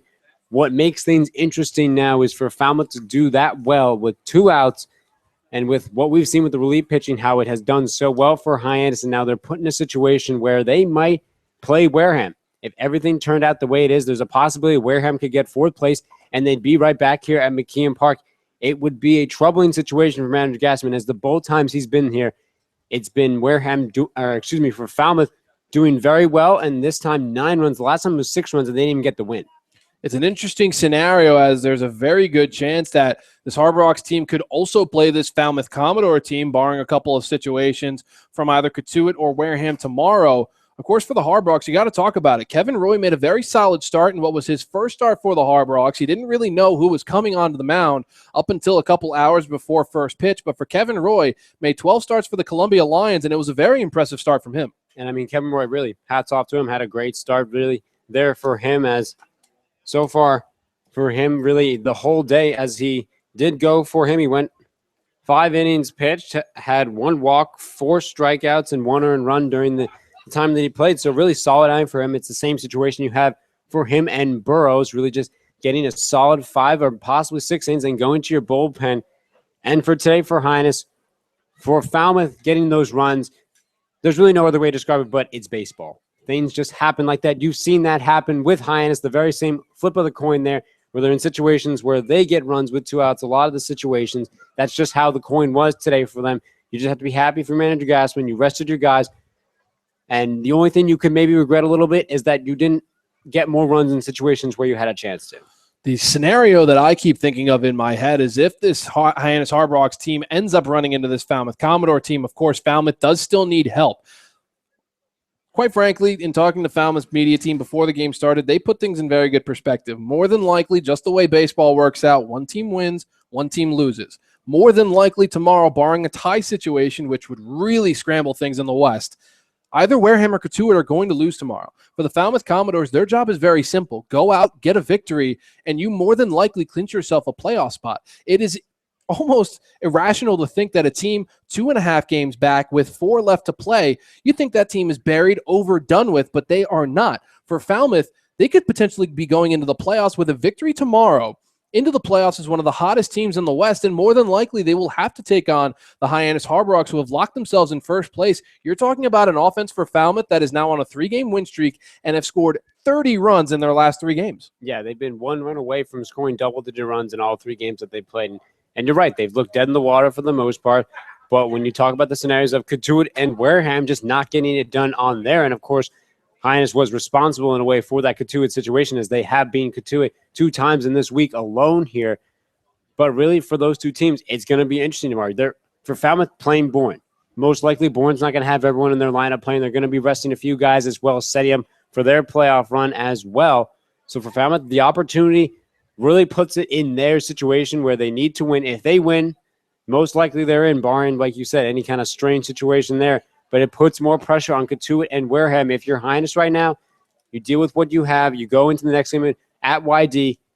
Maybe they'll rest some other guys there. Some other guys will get to play. You try to get the win there and just give yourself one little push of momentum here to go into the playoffs. All things considered, the Hyannis Harbor Hawks, as a fact, will go down as 23-19-1 into their final regular season game tomorrow against the YD Red Sox. For Falmouth, they earned themselves another victory. They are 16-26-1. 33 points on their summer. One more victory will more than likely get the Falmouth Commodores into the Final Four in the West when they were all but dead in the water just a couple of nights ago. That's Cape Cod Baseball League baseball for you, ladies and gentlemen. Anything is possible. For Sammy O'Brien, for Gabe Sustick, I'm Chris Morales saying thank you so much for tuning in, and we will see you all tomorrow night at the Red Wilson Field, home of the YD Red Sox, for the final regular season game, final tune-up for manager Gassman's Hyannis Harbor Hawk squad as they look on towards Monday, where they will undoubtedly play either Wareham, Katuitt, or these same Falmouth Commodores a couple of nights from now in what will be a playoff matchup for the ages. We'll say so long from McKeon Park. The Falmouth Commodores take this game by the final score of 9-3. Thank you so much for tuning in. We hope you have a great rest of your night. This has been a production of Harbor Hawks Baseball here on the Cape Cod Baseball League Network.